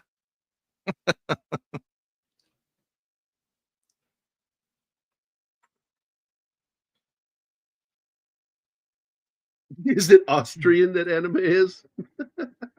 Yes, sir, it is. And everybody here knows that because I've been doing this for over 2 years. Yeah, I showed her a video last night that just made me chuckle. And Arnold, it's okay. Arnold Schwarzenegger on the set of Food Bar, and they ordered a special chef to be brought in, which Arnold thought was funny, Yeah. to make some traditional Australian dishes. Austrian. And it actually, what did I say? You said Australian. Australian. Sorry. Austrian. I'm sorry. Bill Barkley and those guys have gotten to me. Did I say that? So again, this is in Little Italy again, and this scene is where he beats the shit out of the brother-in-law. And what ended up happening is he threw him into the wall, and he kicked him at one point, and he broke a rib or two ribs. I can't remember, and he fractured, I think, his finger in this scene. Yeah.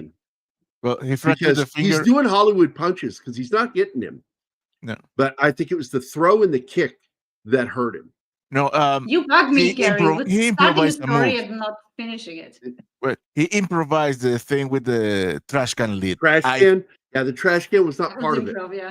That was a real trash can. And I think that is why when he broke the finger was with the trash can lid. I was not aware that 12 Klingons constitute a swarm. Why did you There you bring go, up Mark. Arnold and then not finish the story, Gary? Because you guys started Get out of me when talking. you do The that. guys started talking. So Arnold eats this meal, and Carrie Ann Moss is sitting there, and he's explaining what this one dish is, which is basically like a macaroni dish with something in. And he's saying what it is, and he's talking about how it's one of his favorite things to eat. And then she starts to dig in, and she goes, "What is this?" And then he very annoyedly says it again, the name of it. What's it called? It's Spätzle. And the way he emphasizes that I just said that is so fucking funny. He's like, shut the fuck up and let me enjoy my Spätzle. Yeah. It's a kind of a pasta dish, but you have to make it from scratch. You can buy them in the store, but it's just not the same. It's rubbery as fuck. You need to beat the shit out of that dough before putting it into water. Germans do it too. So, by the way, the character I brought up earlier that Humbert goes to kill, that has been prostituting out Lolita, is played by Peter Sellers as Claire Quilty. And the scene when he catches him after a major party, he's passed out in a chair, covered in a sheet, and he says, "Quilty," and he stands there we up, go. and suddenly it's covered. It's covered. Covered, yeah. There you go. And yeah, there was one titty shot. We've been saved by a comment. Thank you. So anyway, so when he does this, he stands up and he says a line from Spartacus. And then he says, "What do you think I am, Spartacus? Are you here to crucify me?" And people have interpreted that, and I think correctly, that was a dig at Kirk Douglas and why he left Hollywood. He left Hollywood because they liked young actresses and young actors too much that were not of age. They were PDFs. And he was basically calling in that scene Kirk Douglas a PDF. That's the theory. I don't know if it's true or not, but it is awful weird that Look the next movie he did was Lolita. Waggling his finger at us, his pointing finger. How dare you, Tom? How dare you? How dare you? Captain Obvious. Of course we're nerds. Duh. I'm Oh. a geek. I went to Not Geek all Con nerds. last weekend. Not all nerds are geeks, but all geeks are nerds. Yep. Ah, Yeah, that's it, Snort. That's the one. Spätzle, yep. And that's It's the a spec- dish. It's a specialty God in bless you, Anima. Western Austria. Because in the video he said he had Wiener Schnitzel with Spätzle, and that's not how we eat it in the East. We have potato salad or fries with it. Spätzle is a thing of the West, but it is. damn, you have allergies today? It is nothing like mac and cheese. Nothing. I had both. They are not even close. Just because they're pasta and cheese, but no. Spätzle is something else. Fuck you, Martin. At last. Everything Oh. I've ever read is that he liked younger women, but I don't recall ever reading anything about that, Tom. Not saying you're not correct. I've never read that. I've read that he liked young actresses, but not underage actresses. So, I still like Bob Hope to a certain degree, but at the same time, I think he's kind of an asshole. Despite that, he did one video that I like a lot that I put in here. Is it in this one? Or is it in Oh the my other? god, he looks like Hugh Grant in this shot. A little. Yeah, he does, kind of. Right? A little bit. Weird. Little bit. Oh man, So that's this where he was a found out on setup the phone. From the beginning. Yeah, Wow. this is a setup. This is all set up to get him in a rage, to get him to go to his sisters so they could have him alone. Yep. That he would take off alone in a rage. And they're like, follow him. This is perfect. I mean, Sonny never saw it coming. Never saw it coming. When that guy drops the change and hits the deck, I was like, oh my God. And this scene, like I said, there it is. There's that sign again. That sign was used, the billboard was used in shots whenever there were skyscrapers visible that were modern. And so they would put that to block the view of those buildings. Cool. That's smart. Very, very smart, man. Mm-hmm. They really and this make it look like a absolutely was phrase. inspired by the shooting of Bonnie and Clyde. Yes. Bonnie and Clyde. Oh yeah, yeah. And they are sending a message here. You know, shooting Bonnie when and he's Clyde clearly dead on the weren't ground. killed very far from where I live. I mean, just the other side of the Texas border. I think one of the funniest things I read about this was that he had all the blood all over him, squibs and stuff had already gone off, and went to craft services like that and sat down and ate. What? What? Oh my God. That's awesome. More James Caan lore. James Caan, man, it was a fucking dude. I love that guy. Yeah, he was a man's man. He was a tough guy. He was a doubt. brawler. Mm-hmm. He even stood up. He's so short.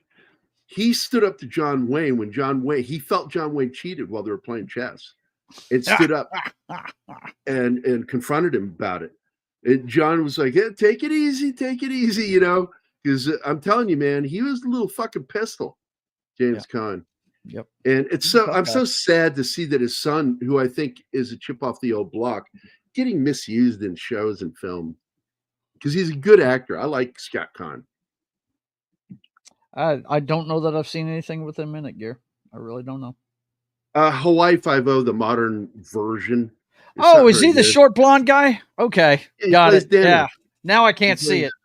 Now I can't unsee it. Yeah, okay, that's it. That's Scott Caan. Now he's on that show that I call Bullshit On, where they rescue children and stuff. It's like, don't give me this shit. You know, tried that several times. Dude, we need to do this on Military Monday. Gardens of Stone. It is a film I've wanted to do because it is a really good film, because it is a detail that I wanted and I asked for and never got.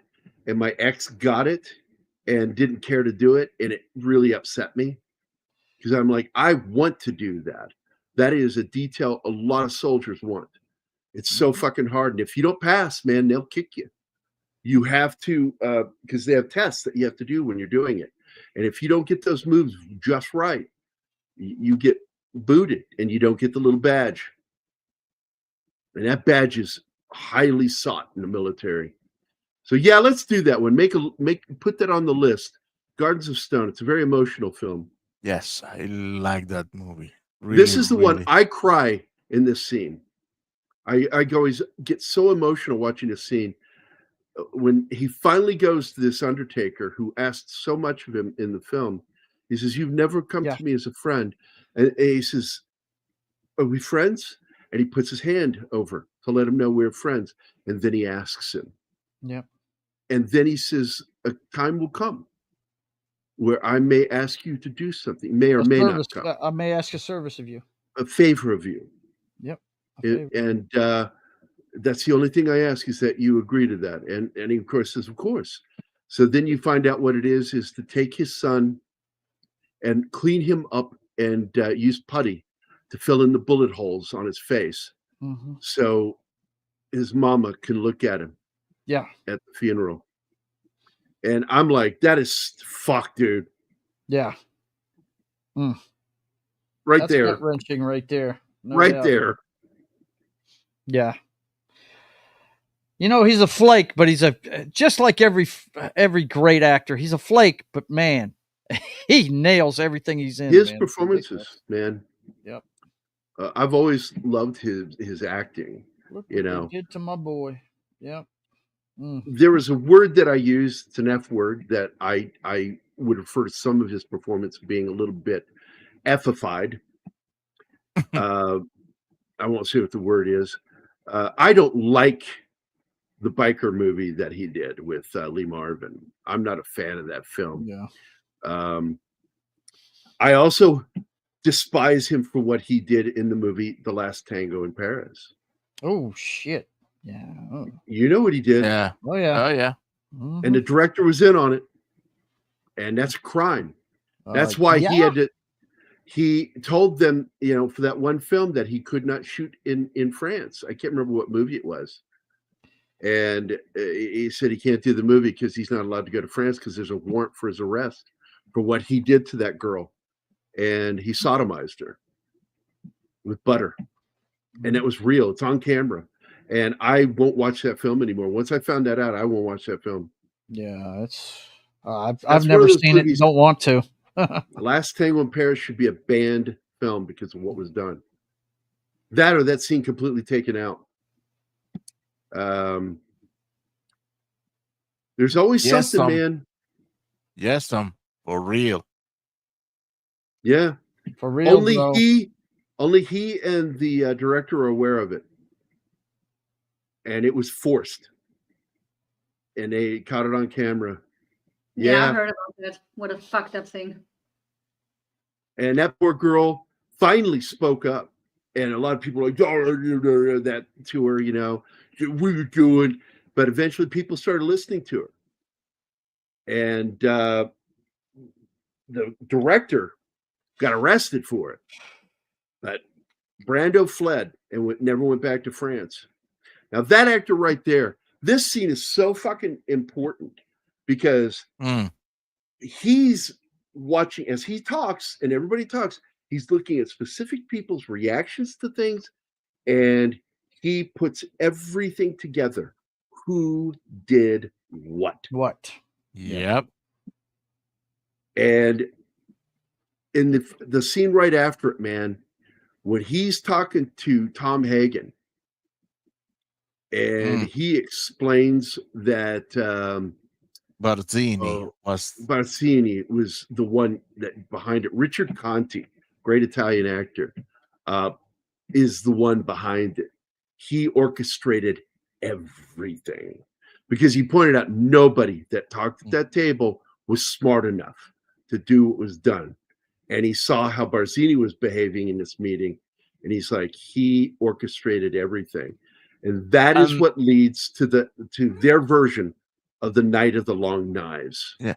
And Barzini's argument was exactly what the Tattaglias were arguing. So yeah. But why do they have the same complaint? Oh. Yep. if he should be struck by a bolt of lightning, I will have problems with some people at this table. Yeah, that's what this new movie is about. Helen Place, the one with what's his name playing Brando. I'm probably going to watch the movie. It looks funny. What is his name? I said it earlier. He played the Phantom in the movie. Billy The Zane. Phantom. Billy Zane. Billy Zane. Billy Zane looks the part. Doesn't sound the part, but he looks the part of Brando. So yeah. More great war movies. The Cruel Sea. I hated Windtalkers. No fucking way. While I do that movie, I fucking hated that film. I thought it betrayed those fucking American Indian Navajo that did that. Kelly's Heroes. We've already done, buddy. We've already done it. Yep. I love that movie. But sometime down the line, I wouldn't mind going back to it because that is a great movie. Another Stanley Kubrick great film he did with Kirk Douglas, a piece of shit. But Stanley Kubrick did Paths of Glory. It's a very good film. It's an anti-war film without trying to be anti-war. The Cruel Sea, I don't think I know that one. Let me look that up real quick. The only problem Kelly's Heroes had was that they were too old and they didn't have the appropriate. Oh yeah, haircut. all those guys were like in their 30s. It was ridiculous, but I still fucking love that That's a movie. fun movie. Oh, Jack Hawkins is in it. Oh, I'm gonna have to check this out, dude. I don't think I've seen this movie. There are so many British films that I wanted to see. You've got Jack Hawkins in it and Denholm Elliott. Everybody knows him from Raiders of the Lost Ark and all the way up to Last Crusade. And then he died right around 1991 from complications from surgery where he had to be given IV blood and it was tainted and he got HIV, which became AIDS and killed him. More great war movies. His wife, she was a sweetheart. She was a sweetheart, his wife. Took care of him till his death. But you can move on, Martin. There we go. I'll check it out, man. I'll check it out. Because you know, man, I love a good British war film. All right, man. You got my word, Sander. I will look into doing that one. We can also look at, what was the other one he mentioned that we haven't done? Gardens of Stones. Or was that Tom Baker? Right? Yeah, Gardens of Stone. We got to do that one. I agree with you on that one. Paths of Glory. I agree. I will never do Windtalkers. No fucking way. I fucking hated that movie.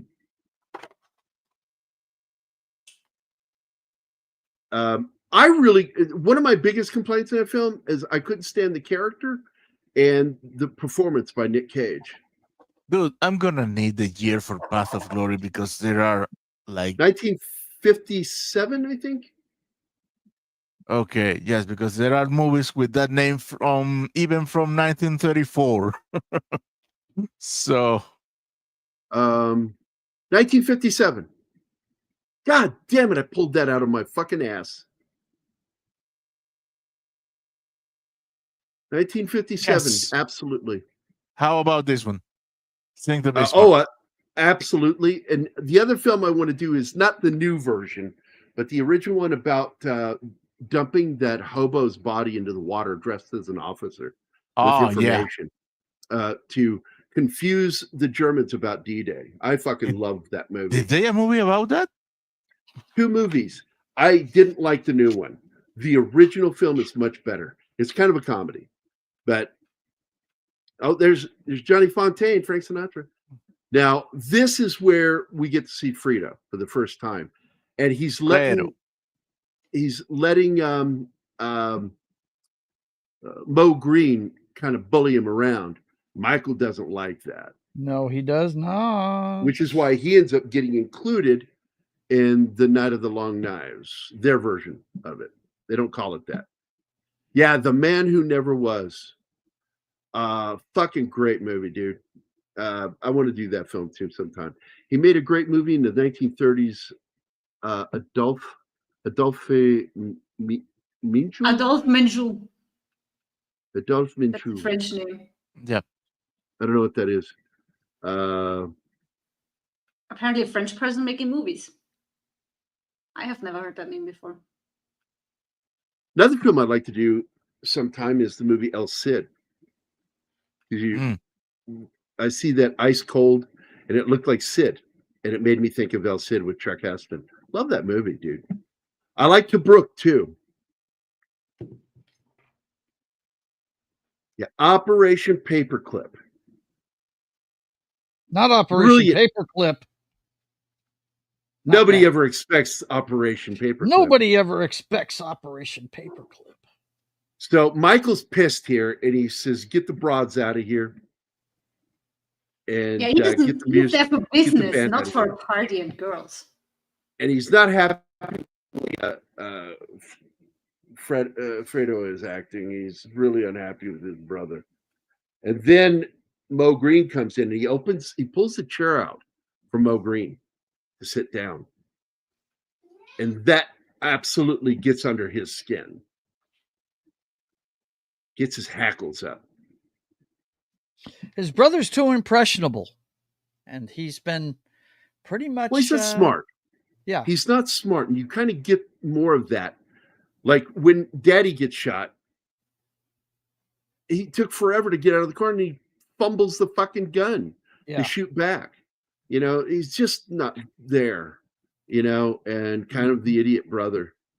Good actor, by the way. Sonny wasn't. Yeah, too he's bright, great. too. Him and Pacino were in a movie called Dog Day Afternoon. Dog Day Afternoon. Fantastic. Yeah. I talked to Anima about that. Go ahead, Anima. I just think none of Michael's brothers were smart. That's how Vito has always known that one day it has to be him, or it goes to another family. Michael is the only one capable of leading this. Sonny is too angry, and Fredo is too fucking dumb. Yeah. So it had to be Michael. It insists upon itself. It insists upon itself. It must be so. And wait, here we go. By what name are you known? There are some who call me Tim. I want to get another South Park video just for Tim. Timmy. And basically, I've told people. Basically, he's what's his name from Guardians of the Galaxy? Groot. He's Groot. Mm-hmm.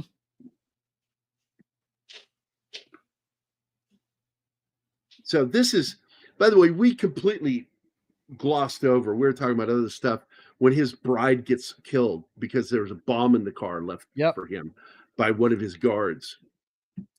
And he realizes when he looks at him and starts to walk away, and he looks back at the car and he yells, "No, don't start the car."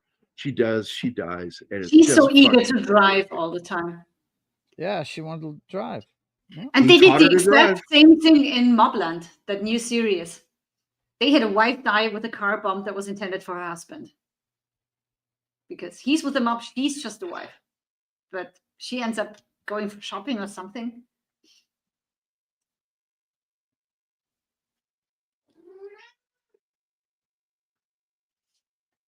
This is where he says, "I find I'm drinking too much wine now, or drinking a lot of wine now."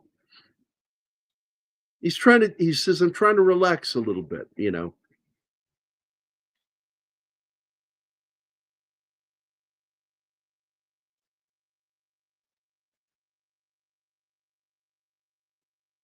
Yeah, talking to his boy.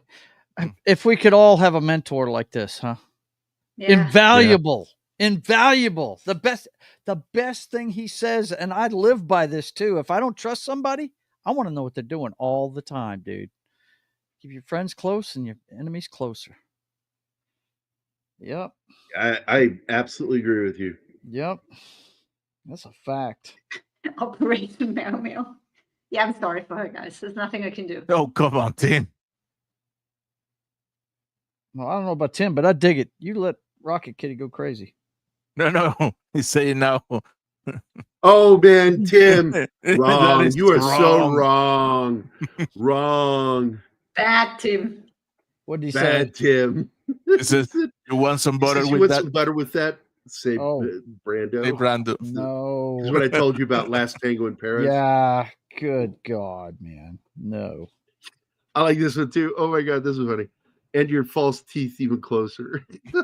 I was impressed with that singer. He put his teeth back with his tongue. It's like such a tiny movement. Yep. It must happen all the fucking time.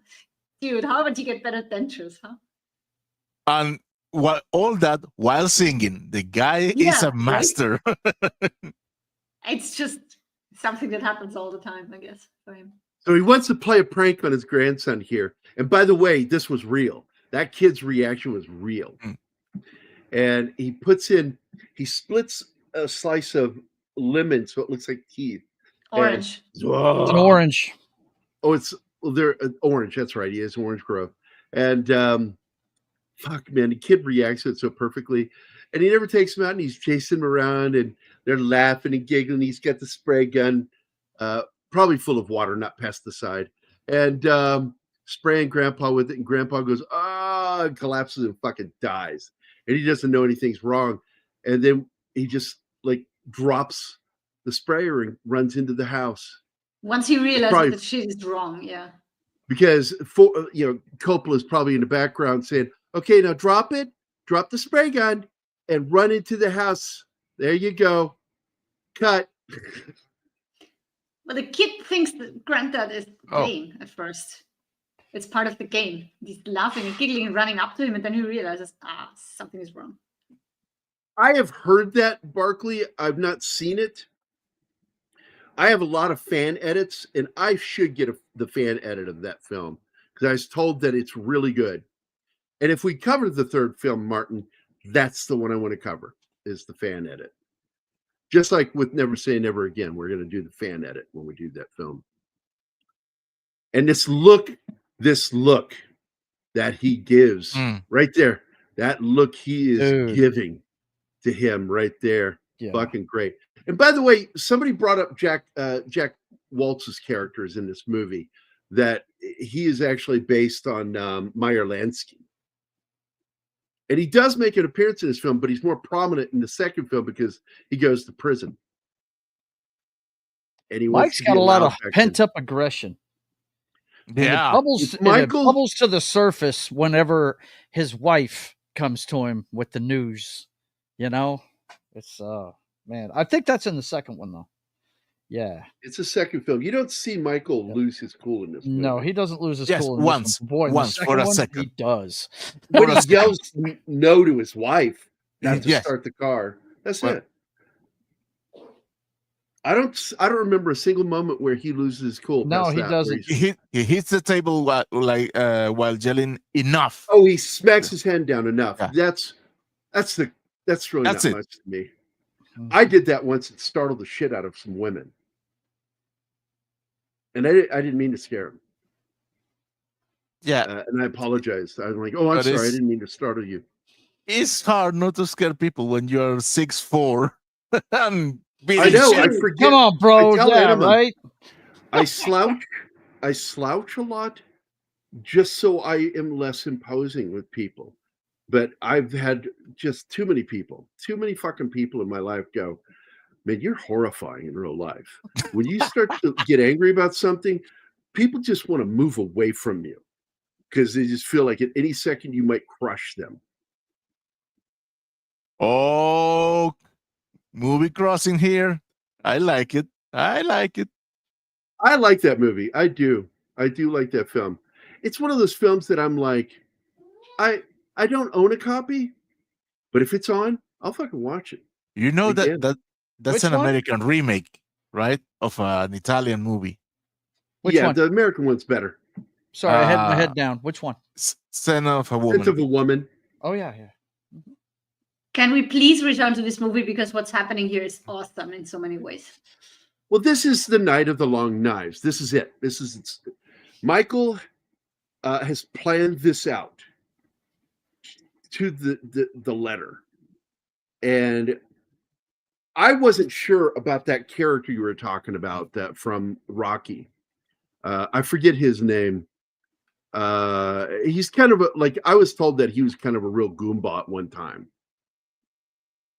You know who I'm talking about, right? Yeah. I don't know his the actor's name either, but yes. And he, God damn, he is so good.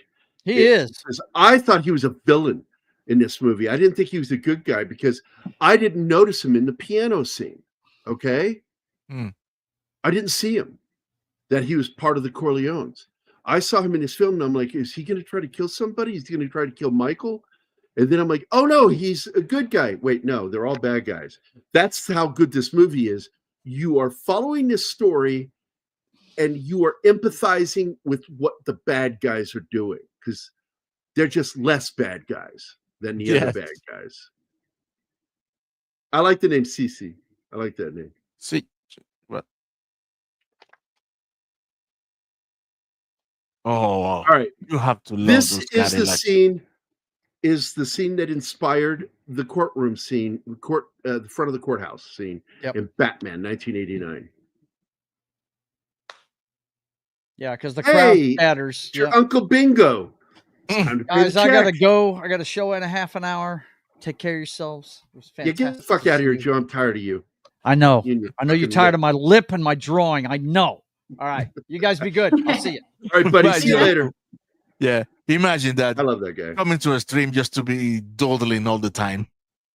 When he's coming up those stairs, man, I'm like, oh my God, is he going after Michael? What's going to happen here? The first time I saw this, I was shocked by this character, not knowing that he worked for the Corleones. Oh no! I have seen you've seen in plenty of scenes with the Corleone gang. I told you I didn't notice him. What? I was looking at other things, the things you're supposed to be looking at, and I wasn't noticing him. Next time that when you rewatch this, look for him. I don't have to. I've seen him. Listen to me. The first time I saw this, I didn't notice him. I've seen him plenty of times. You know, Martin, just understand, I do know now as an adult, but when I was a little kid, saw this first time, I thought he was a bad guy and he's going to kill Michael at the, at the church. He's shooting with style. Look at his pose. Yeah. Oh yeah. Right. He's dancing through and the shot he takes up at the top of the stairs when he goes running up the stairs, he fucking hit him at about 50 feet. I'm like, that's a pretty good fucking shot. Well, he aimed to about the fourth step. I like it. He aimed. He lowered his stance. He was like Joe Spinell. Joe Spinell. Thank you. And yes, we brought this up earlier that he played Rocky's boss. That's what he's best known for, is that movie. And he's a good fucking actor. He usually plays greaseballs, bad guys. Oh, he's got that look. Look at that. Sophia Coppola. Yes, she is. Yep. So Talia was playing the mother to her sister. Here it is. This is where the plan to kill him starts. And I love the fact that Michael, to his face, says, "You think that I would make my sister a widow?" Yes, No. he would. I just want you to admit what you've done. Bunch of people killed while doing the baptism vows. The kid has no idea what's going on. And you go all the way back to Vito. Vito said, "We don't bring him in. We don't involve him." He didn't like him from the get-go. Vito. Mm.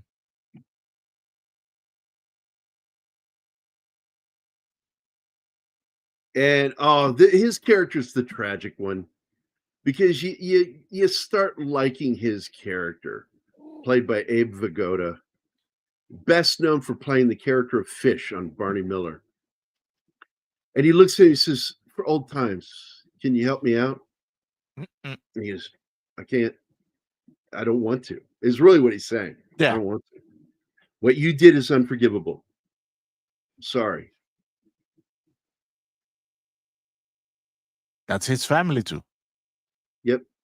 He's sort of an adopted member of the family, Vito raised him as one of his own. And it's so funny that when they go to war, he doesn't want Tom involved with that because you're not a war conciliary. You're a good peacetime conciliary. And this is that scene. He's telling him everybody's dead. Barzini's dead. We know what you did. Now They're all dead. that became Michael's signature move. Kill everybody at the same time. Yep. Don't fuck around. Don't spread it out because you put people on edge. Catch them when they're not expecting it all at one time.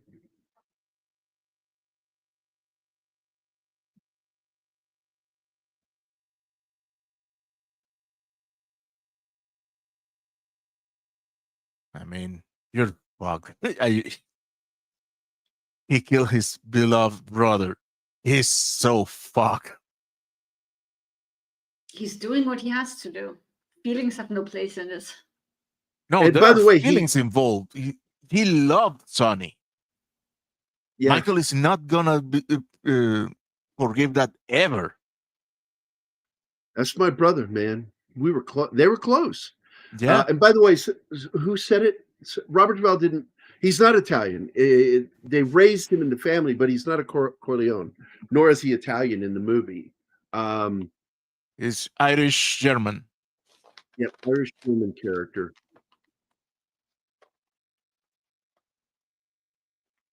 Now that has to be a powerful kick. His name Hagen. That was a brutal scene. Is Scandinavian. That's like Sweden or some shit. You know, the moment that he gets the ticket to Vegas and he tells him, I'll let your wife know the flight number. You're like, yeah, he's dead. He's not getting on that plane.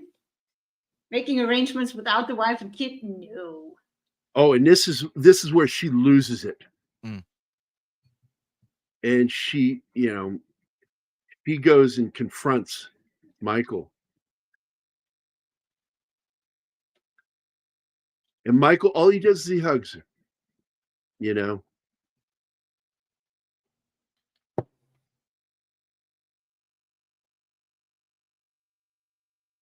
And she's saying this to Kay. Yeah. Yeah. And that leads to Kay beginning to ask about his work. And he told her, no, that's the rule. You never ask me about that. But okay, this one time, I will answer your question. And then he answers with a lie. And she believes it at first. And when he walks into that room and the door closes on her, you see her face and she realizes, there's no way I'll ever be a part of this. Yes, great movie, by the way. And it stars Robert Duvall and Das Wolfen from our channel. What? Yes, you have to. When you see that movie, they say it's Michael Douglas, but it's clearly Das Wolfen. Yes. Yeah, this is where he lets her ask, and then she embraces him. I'm so relieved. I'll go make us a drink. And she walks out. She turns around and sees the guy kiss his ring, and they close the door, and she stops. And that is not a look of not knowing. That is a look of, oh, fuck. She knows he did it. That look right there. And Paul thinks that she's not aware. She thinks she's accepted this lie. And I went, no, that last moment before the end tells you the truth. She now knows the fucking truth, that he lied to her and that he did it. And I think that's one of the most moving moments in the film is her realization, fuck, I'm married to a fucking killer.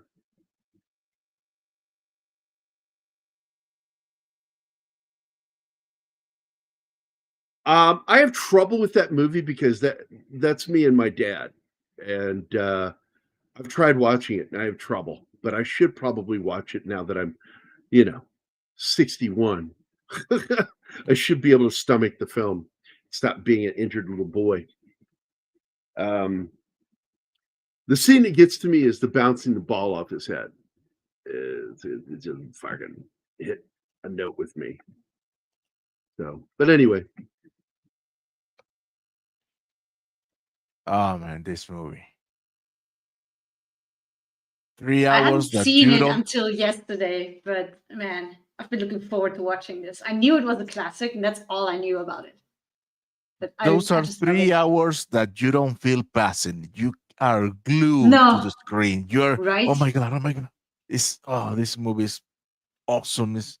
I wouldn't say perfect because nothing is perfect, but it's very close to It's perfection. very close to perfect, yeah. And I mean, there's so many movies that are just 1.5 hours, and they feel like way longer than this Yes. one. This one Ma- is just I so mean, good. for me, this one and Gone with the Wind. Oh, That's another one I haven't seen yet. Gone with the Wind is being my favorite movie We do need to ever. see that movie. We need to see that movie because I do like that movie, Gone with the Wind. That moment, and that was a film not made to make money. That movie was made to win an Oscar. A lot of people don't realize that that's what's the old guys that were the head of the studio system used to do. They would spend a little bit of money here and there on these other films, but they would have one or two tit peg movies that they wanted out there specifically to get an Oscar because the Oscar meant money for that studio. So Scorsese's a bit of an asshole, but I also really like him too, Tom.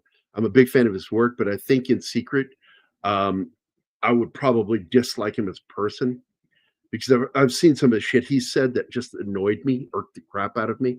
But I love his fucking movies. I even love that movie as a Catholic.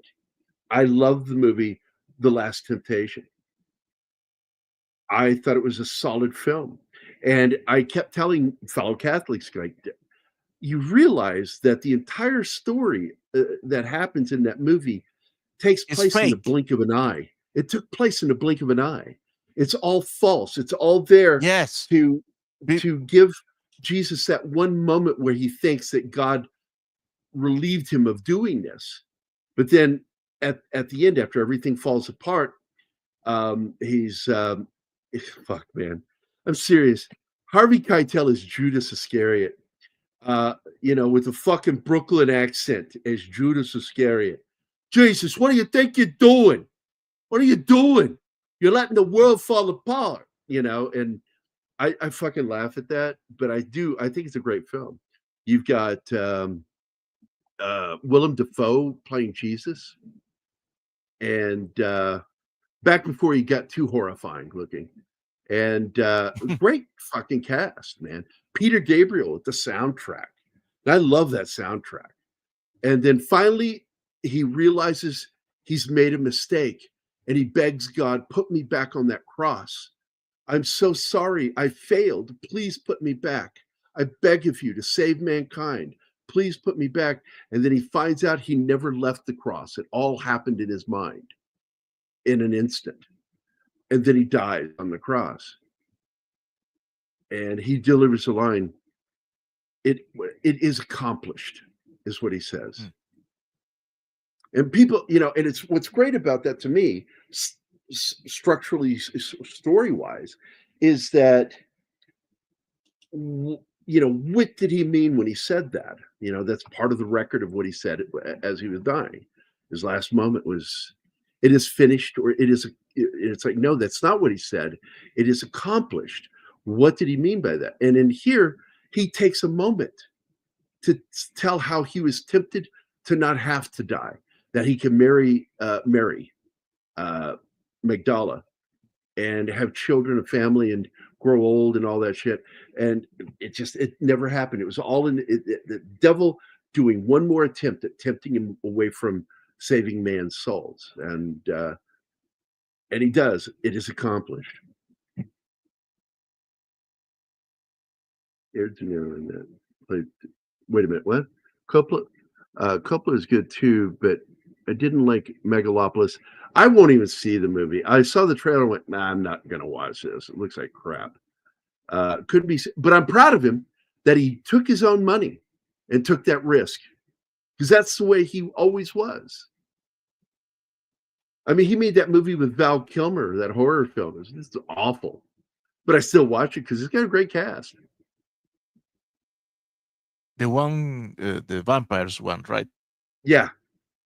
If it is vampire, it's such a weird movie. Yes. And years later they re-edited it, and it's supposedly very different. And I have been unable to get my hands on that re-edition.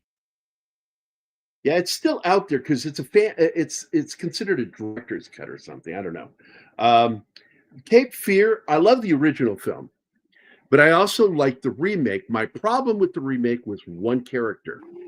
It was Here the we character, the daughter, played by Yeah. Juliette Lewis, because the daughter was younger than that, and she didn't look the part. Oh, give her braces. Still didn't pull it off. The girl in the original film, oh my God, I was horrified for her. Horrified for her. And with Juliette Lewis, she's like, dude, that scene, the sexy talk scene where he's putting his fucking finger in her between her lips. I was grossed out, not fucking horrified. And you should be horrified in that scene. She Yes, should be Demon. horrified. Yes, Demon. Oh my God, that was so fucking good. The Simpsons version of it was great with him under the car getting hit by speed bumps. Oh my God, I fucking love that. D, but By good the to way, see you, hello. my friend. Yeah, been too long since you've been here, man. Miss it when you're not in the chat. He's so busy. He's a mod everywhere, and he has a job. Yeah, her character is just fucking annoying in the film. And for me, that hurt the movie. And it's why I don't own it. I own the original. I don't know, man. The original. Juliette Lewis to yeah, this the day. perfect movie. I'm a simple man. I see Juliette Lewis and I like. I'm you- under Juliette Lewis. and you what? I see her and I vote. I like her so much, man. I can't stand her. I love her dad, though. Oh, Her dad, Al Lewis, fucking good actor. If you remember him for anything, he was in a lot of Clint Eastwood movies. Starting with to me, he's grandpa always. He was in that great Western where he's a ghost. Clint Eastwood is the ghost that comes back to avenge himself on the town. And paints the town red. What was that? Anyway, that movie, High Plains Drifter. And that was the first movie they did together. And they became friends in real life. Lewis and not Al Lewis. What is his name? Juliette Lewis's dad.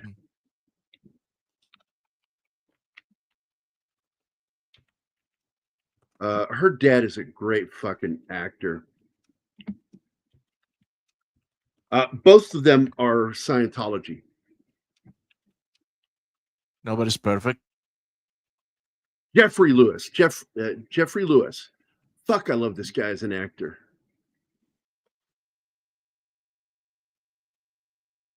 I'm trying to find.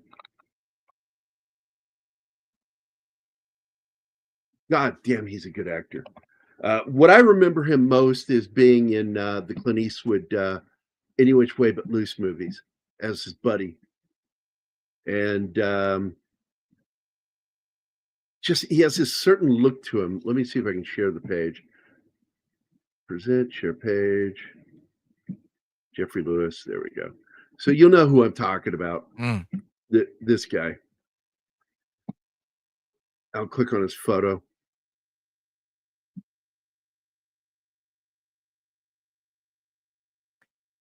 Do you recognize him yet? Yeah. Do you the movie the vampires movie? Yes, Salem's Lot. He was the groundskeeper, and he does that creepy scene where he's rocking in the rocking chair. The old man goes in, has a heart attack, goes into the room, opens that door, and he's rocking. And he goes, "Do you see what they've done to me?" He's got the crucifix, and he has a fucking heart attack. Oh, I love that fucking movie. It's Salem's Lot. The original is so fucking good. And that scene, Jeffrey Lewis in that rocking chair was so scary, scared the shit out of me as a kid. You were a skittish kid. And he shot some film of a family Gary, wedding. Private chat, please. Oh shit! Yeah, I'm sorry. It took us so long to go through that movie. That's interesting, man. Do you have a copy of that? I won't share it on the show, but I would love to see that, dude, just to get a glimpse of it. It's like Neville Brand, weird and good actor. Well, Sterling Hayden, same way. The guy that played Captain McCluskey in this, or Chief McCluskey. Captain. Or Captain. He was Captain. Okay, so Captain McCluskey. And I would love to do both those movies, by the way, Every Which Way But Loose and Any Which Way You Can. I like both those films. I really do. They were like, what do you call that? Where you have like the things you like to snack at night, you know, your dirty little feel-good movies. But there's something I watch and I don't talk about. I just don't talk about them. So it's like that, you know, in my dirty little favorite things. I watched the first one with you and I loved it. You've got to rip that, dude, just so I can see that, brother. I would love to see that, D-Bud. I really would. All right, we're going to get the fuck out of here. I can hang out with you guys all fucking day. You know that. But there, by the way, there's a photo of him, Jeffrey Lewis with Clint Eastwood and Clyde. And I forget the actress. It's Beverly D'Angelo. Beverly D'Angelo that played the girl that's on hanging on to Jeffrey Lewis. I love that fucking movie. It's so much fun. Right turn, Clyde. Arm goes out. Fucking hits that biker. Oh man, I love that movie. So anyway, I want to thank Gambit, Tom Baker, Bill Barkley, Snorty, Slasher, John Ostains, Zax, DC. What is DC, Martin? I don't know. That is a new name. Yes. Oh, it's a person name. Yeah. Okay, DC. Thanks for popping in. They're not together, so I assume you're not a DC Comics fan. I don't know, maybe.